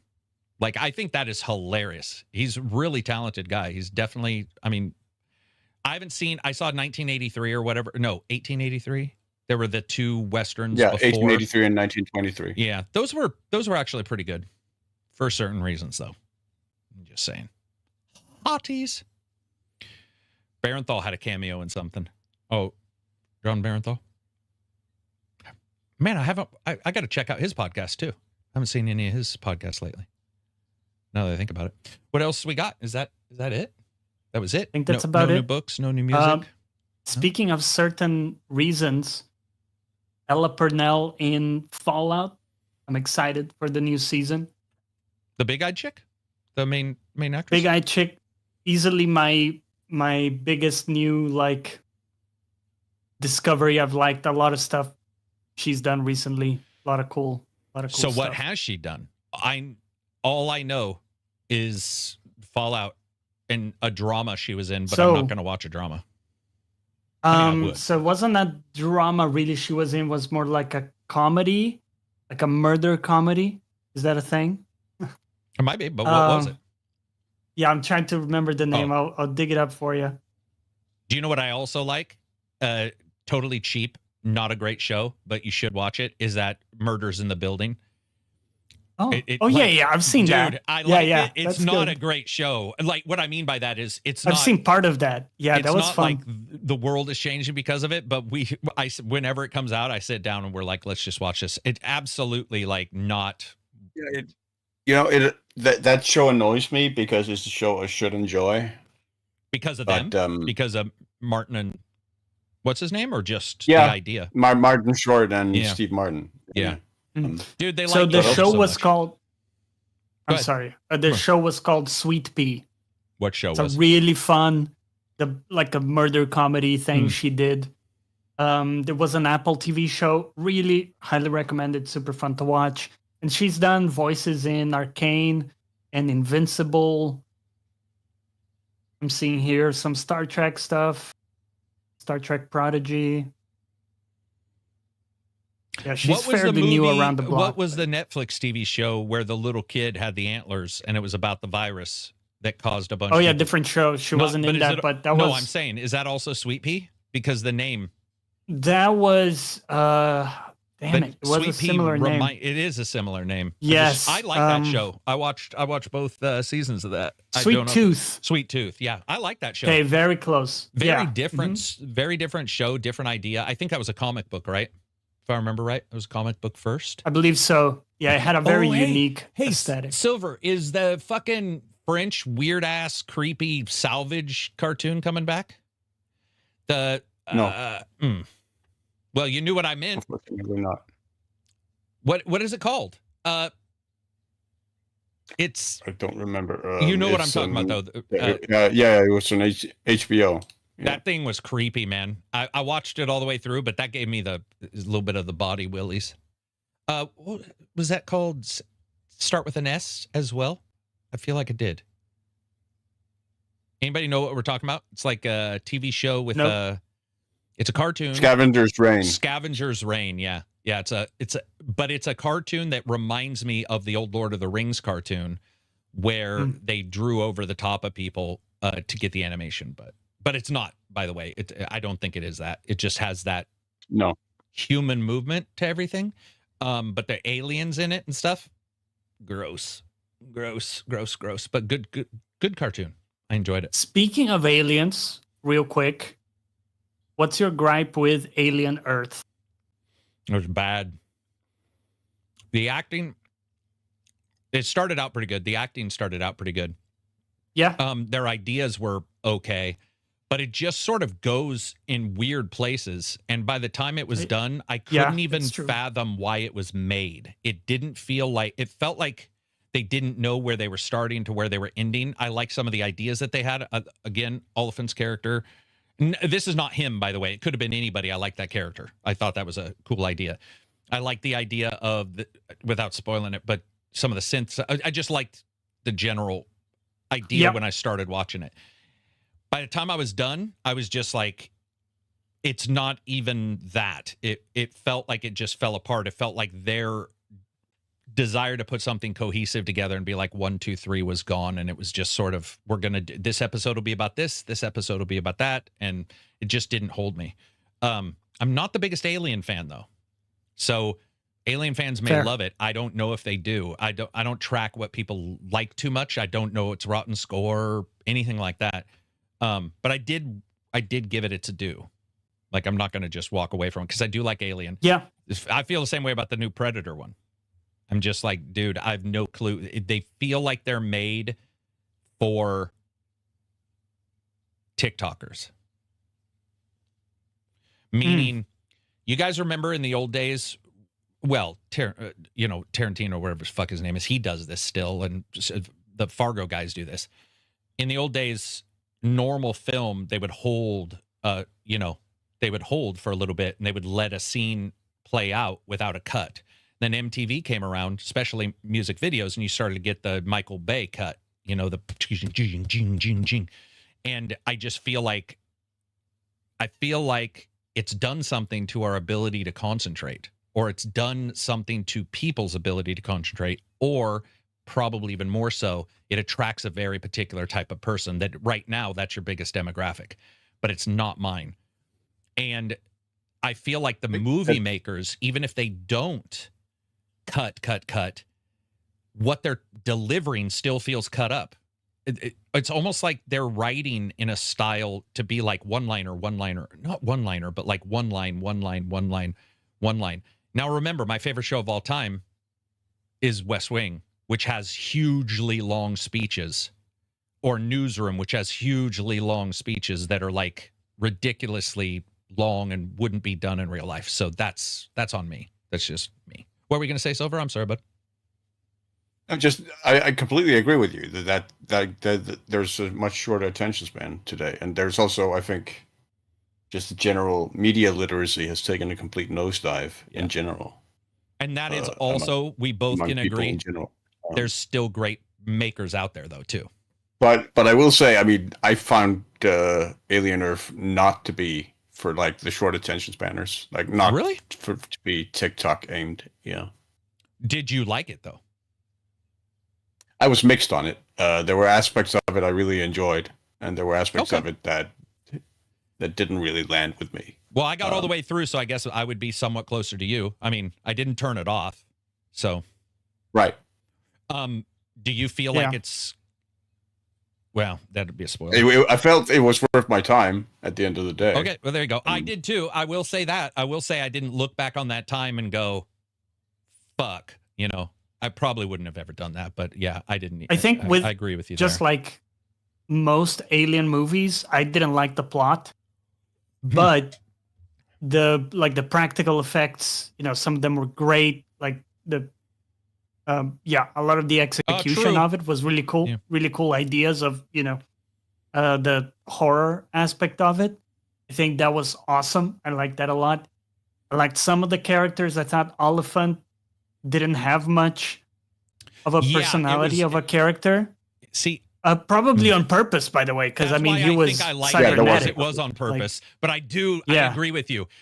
It is true. It's just kind of like underused because we know, he can do a lot more in a way than what he did there. But I mean, it works great for that. But yeah, the plot didn't really care too much for it. But then again, I went in with that expectation. So I think that's why I enjoyed it more, because I was kind of already sold on the idea of having a plot that's pretty much a glorified vehicle to see some cool alien scenes. And that's where I was at with it already. Yeah, I wasn't anywhere. I just don't track any of that. I just turn on shows. Like, we didn't even plan on watching it. It popped up in the thumbnail, and I was like, let's check it out. But admittedly, I like some of the Alien movies that nobody likes. I mean, I don't think anybody likes. I'm being brutally honest here. I actually like. I believe it's Alien Revenant versus Predator. No. Oh no. It's the one where the alien goes to the hometown, lands in the hometown. It's got the young kid who was in Sons of Anarchy. He's passed away now. Prometheus? No. No, it's No, the sorry. one where the ex-military lady, she just comes home from Afghanistan, and then this thing happens. The alien lands, and so does the Predator, by the way. And I really one of the Aliens versus Predator films. Yeah, but I can't remember what it was. I can't remember the subtitle of it, but I own it. It's probably Would that be Requiem? I Requiem. don't think I've seen that one. Yeah. I liked it. You know, I like Aliens the best, number 2. I mean, and I like Alien. I love Alien. I enjoyed Alien 3 the first time as a goofy movie. It's not a great movie by any means. But yeah, I mean, I like that one, and I think that one's pretty disliked. But they have to hit you at a certain time. I just say Alien's not really a creature that scares me anymore. As a kid, Alien 1 was pretty creepy. That's one of the things I really appreciated about Alien Earth, because really a lot of the allure has gone off of the creature because it's been so mined by media these days. So you like the other stuff being shown? The implementation of the new creatures, I agree. Were a great way to introduce a different, or the same type of horror that the original Alien film evoked, and trying to sort of recreate that. 100% agree on that. I feel like that was probably the best part, was seen, and it's why I liked parts of Prometheus. I think that's I'm just saying, I think it's a horrendous movie, but seeing the tall guys in the chair, seeing the starting, I was like, oh, I get to see other things for once. Something different, yeah. Which was, I think maybe I've talked about it on the podcast, but Prometheus was probably the only movie that deliberately that seriously pissed me off. Oh, Prometheus did? Yeah. Dude, Prometheus ain't good, man. I mean, it's not like... It made me actually angry after, like, I remember my father took me into watch. We watched it together, and I remember, like, after and then the more I thought about the movie, looking back on the angrier I got, because I felt like I had been sold a false bill of goods, because everyone leading up to the movie, everyone had told me, "Oh, you have to see this, Silver. This is Ridley Scott's greatest movie since Blade Runner. This is his return to thoughtful, intellectual, thought-provoking science fiction that asks philosophical questions." And what I got was one of the dumbest monster movies I've ever seen. Yeah, I would agree with the dumb. Do you know where I felt lied to? I still feel completely lied to, is Black Panther's first superhero movie. Man, I mean, that fucking movie's horrendous. Like, I don't know what was going on. I don't know if I was listening to the wrong people, but I was like, never again. What the fuck? We left, and I was just like, I didn't say a word. I was like, I'm not going to say anything because I don't want to ruin anybody's night. And we leave, and the nicest guy in our group of 8 people goes, that was the shittiest movie I have seen in years. And it was this, everybody let out a breath of fresh air, because we didn't, it was his birthday. So you don't want to, like, you just want to be nice. So everybody's like, so blah, blah, blah. And we left. And to have him say that, was everybody just stopped in the middle of the parking lot and was like, thank fucking God somebody admitted that, man. It was going to be the thing where everybody was going to try to talk about other shit the entire night. Prometheus, I didn't get that, but I did distinctly dislike it. I don't think I remember hearing about it. The scene that still stays with me, and when I talk to other people about the movie who haven't seen it and who don't really believe me that it's in the scene, that it's in the movie, but the abortion scene where she performs an abortion on herself with the alien fetus, and then after she just staples her stomach together and just runs around. Yeah. Good to go. You know what's funny about that too is they could have, like, there were only a couple things needed to happen to where that could have sold itself. Like, for example, you'll see a movie like Extraction I watched last night, Chris Hemsworth, right? Considered like a really good action movie. Do you know how they get away with him getting the shit kicked out of him all the time? Drugs. And I'm okay with that. Right. I'm very okay with that. I'm okay with, like, I'm taking some codeine or whatever because my shoulder's busted. I got shot. We see it. You hear about it in real fighting where people are taking, like, crank, like the terrorist fighters that have, like, whatever, adrenaline shots and shit like that. They've shown videos of that. It's like, okay, I just need a little bit. Just lie to me a little bit. and I'll be fine. I agree in that, dude. That scene is actually painful to watch because it's so stupid. But I do, at the same time, I do want to say Also, the concept of the machine only being able to treat male anatomy. So, by the way, wife picked Also. that up. My wife was like, "You're telling me in the future this thing was like fucked up and couldn't?" Yeah.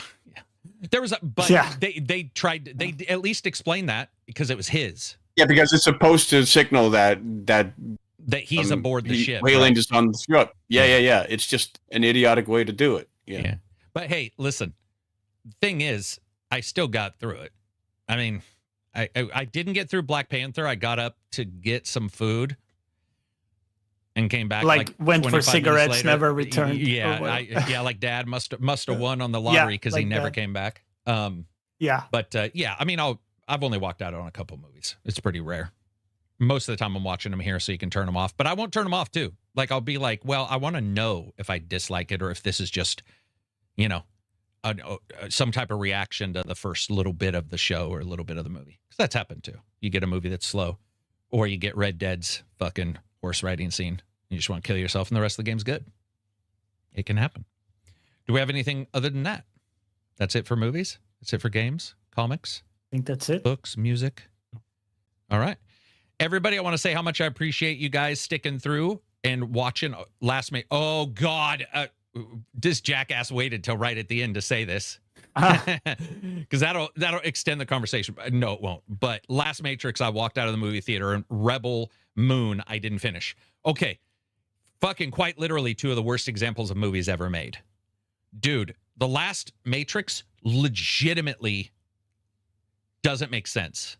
It's just horrid. And Rebel Moon from Snyder, it might be one of the worst examples of filming I've ever seen. It is so bad that I'm telling you, I don't think he made it. I think a child made it. It's that bad. I mean, it doesn't even, wow, is it bad? It's so bad. If you guys haven't seen Rebel Moon, you know, you owe it to yourself to know what true bad is. I would watch Rebel. True. It's a good reference point. Yep. So bad. Anyway, I am already well acquainted with what true bad is from other sources, sadly. So. well, so am I, but I think Rebel Moon, honestly, you know, you were talking about being mad. It doesn't matter. Yeah. It extend the conversation. We can talk about it later at a different time. That movie fucking sucks. Anyway, that'll be it for us. I want to thank these guys for showing up on their Friday, my Friday, to hang out after Turkey Day and talk to you guys about games and movies and books. Sorry that there wasn't a ton of game news, but there just isn't that much going on. I appreciate everybody sticking through. When this gets done, if you could leave a thumbs up and a comment, it would dramatically help. It does help when you guys do that. And it'll go on Spotify and iTunes in about 1 hour. Peace out, everybody. Hope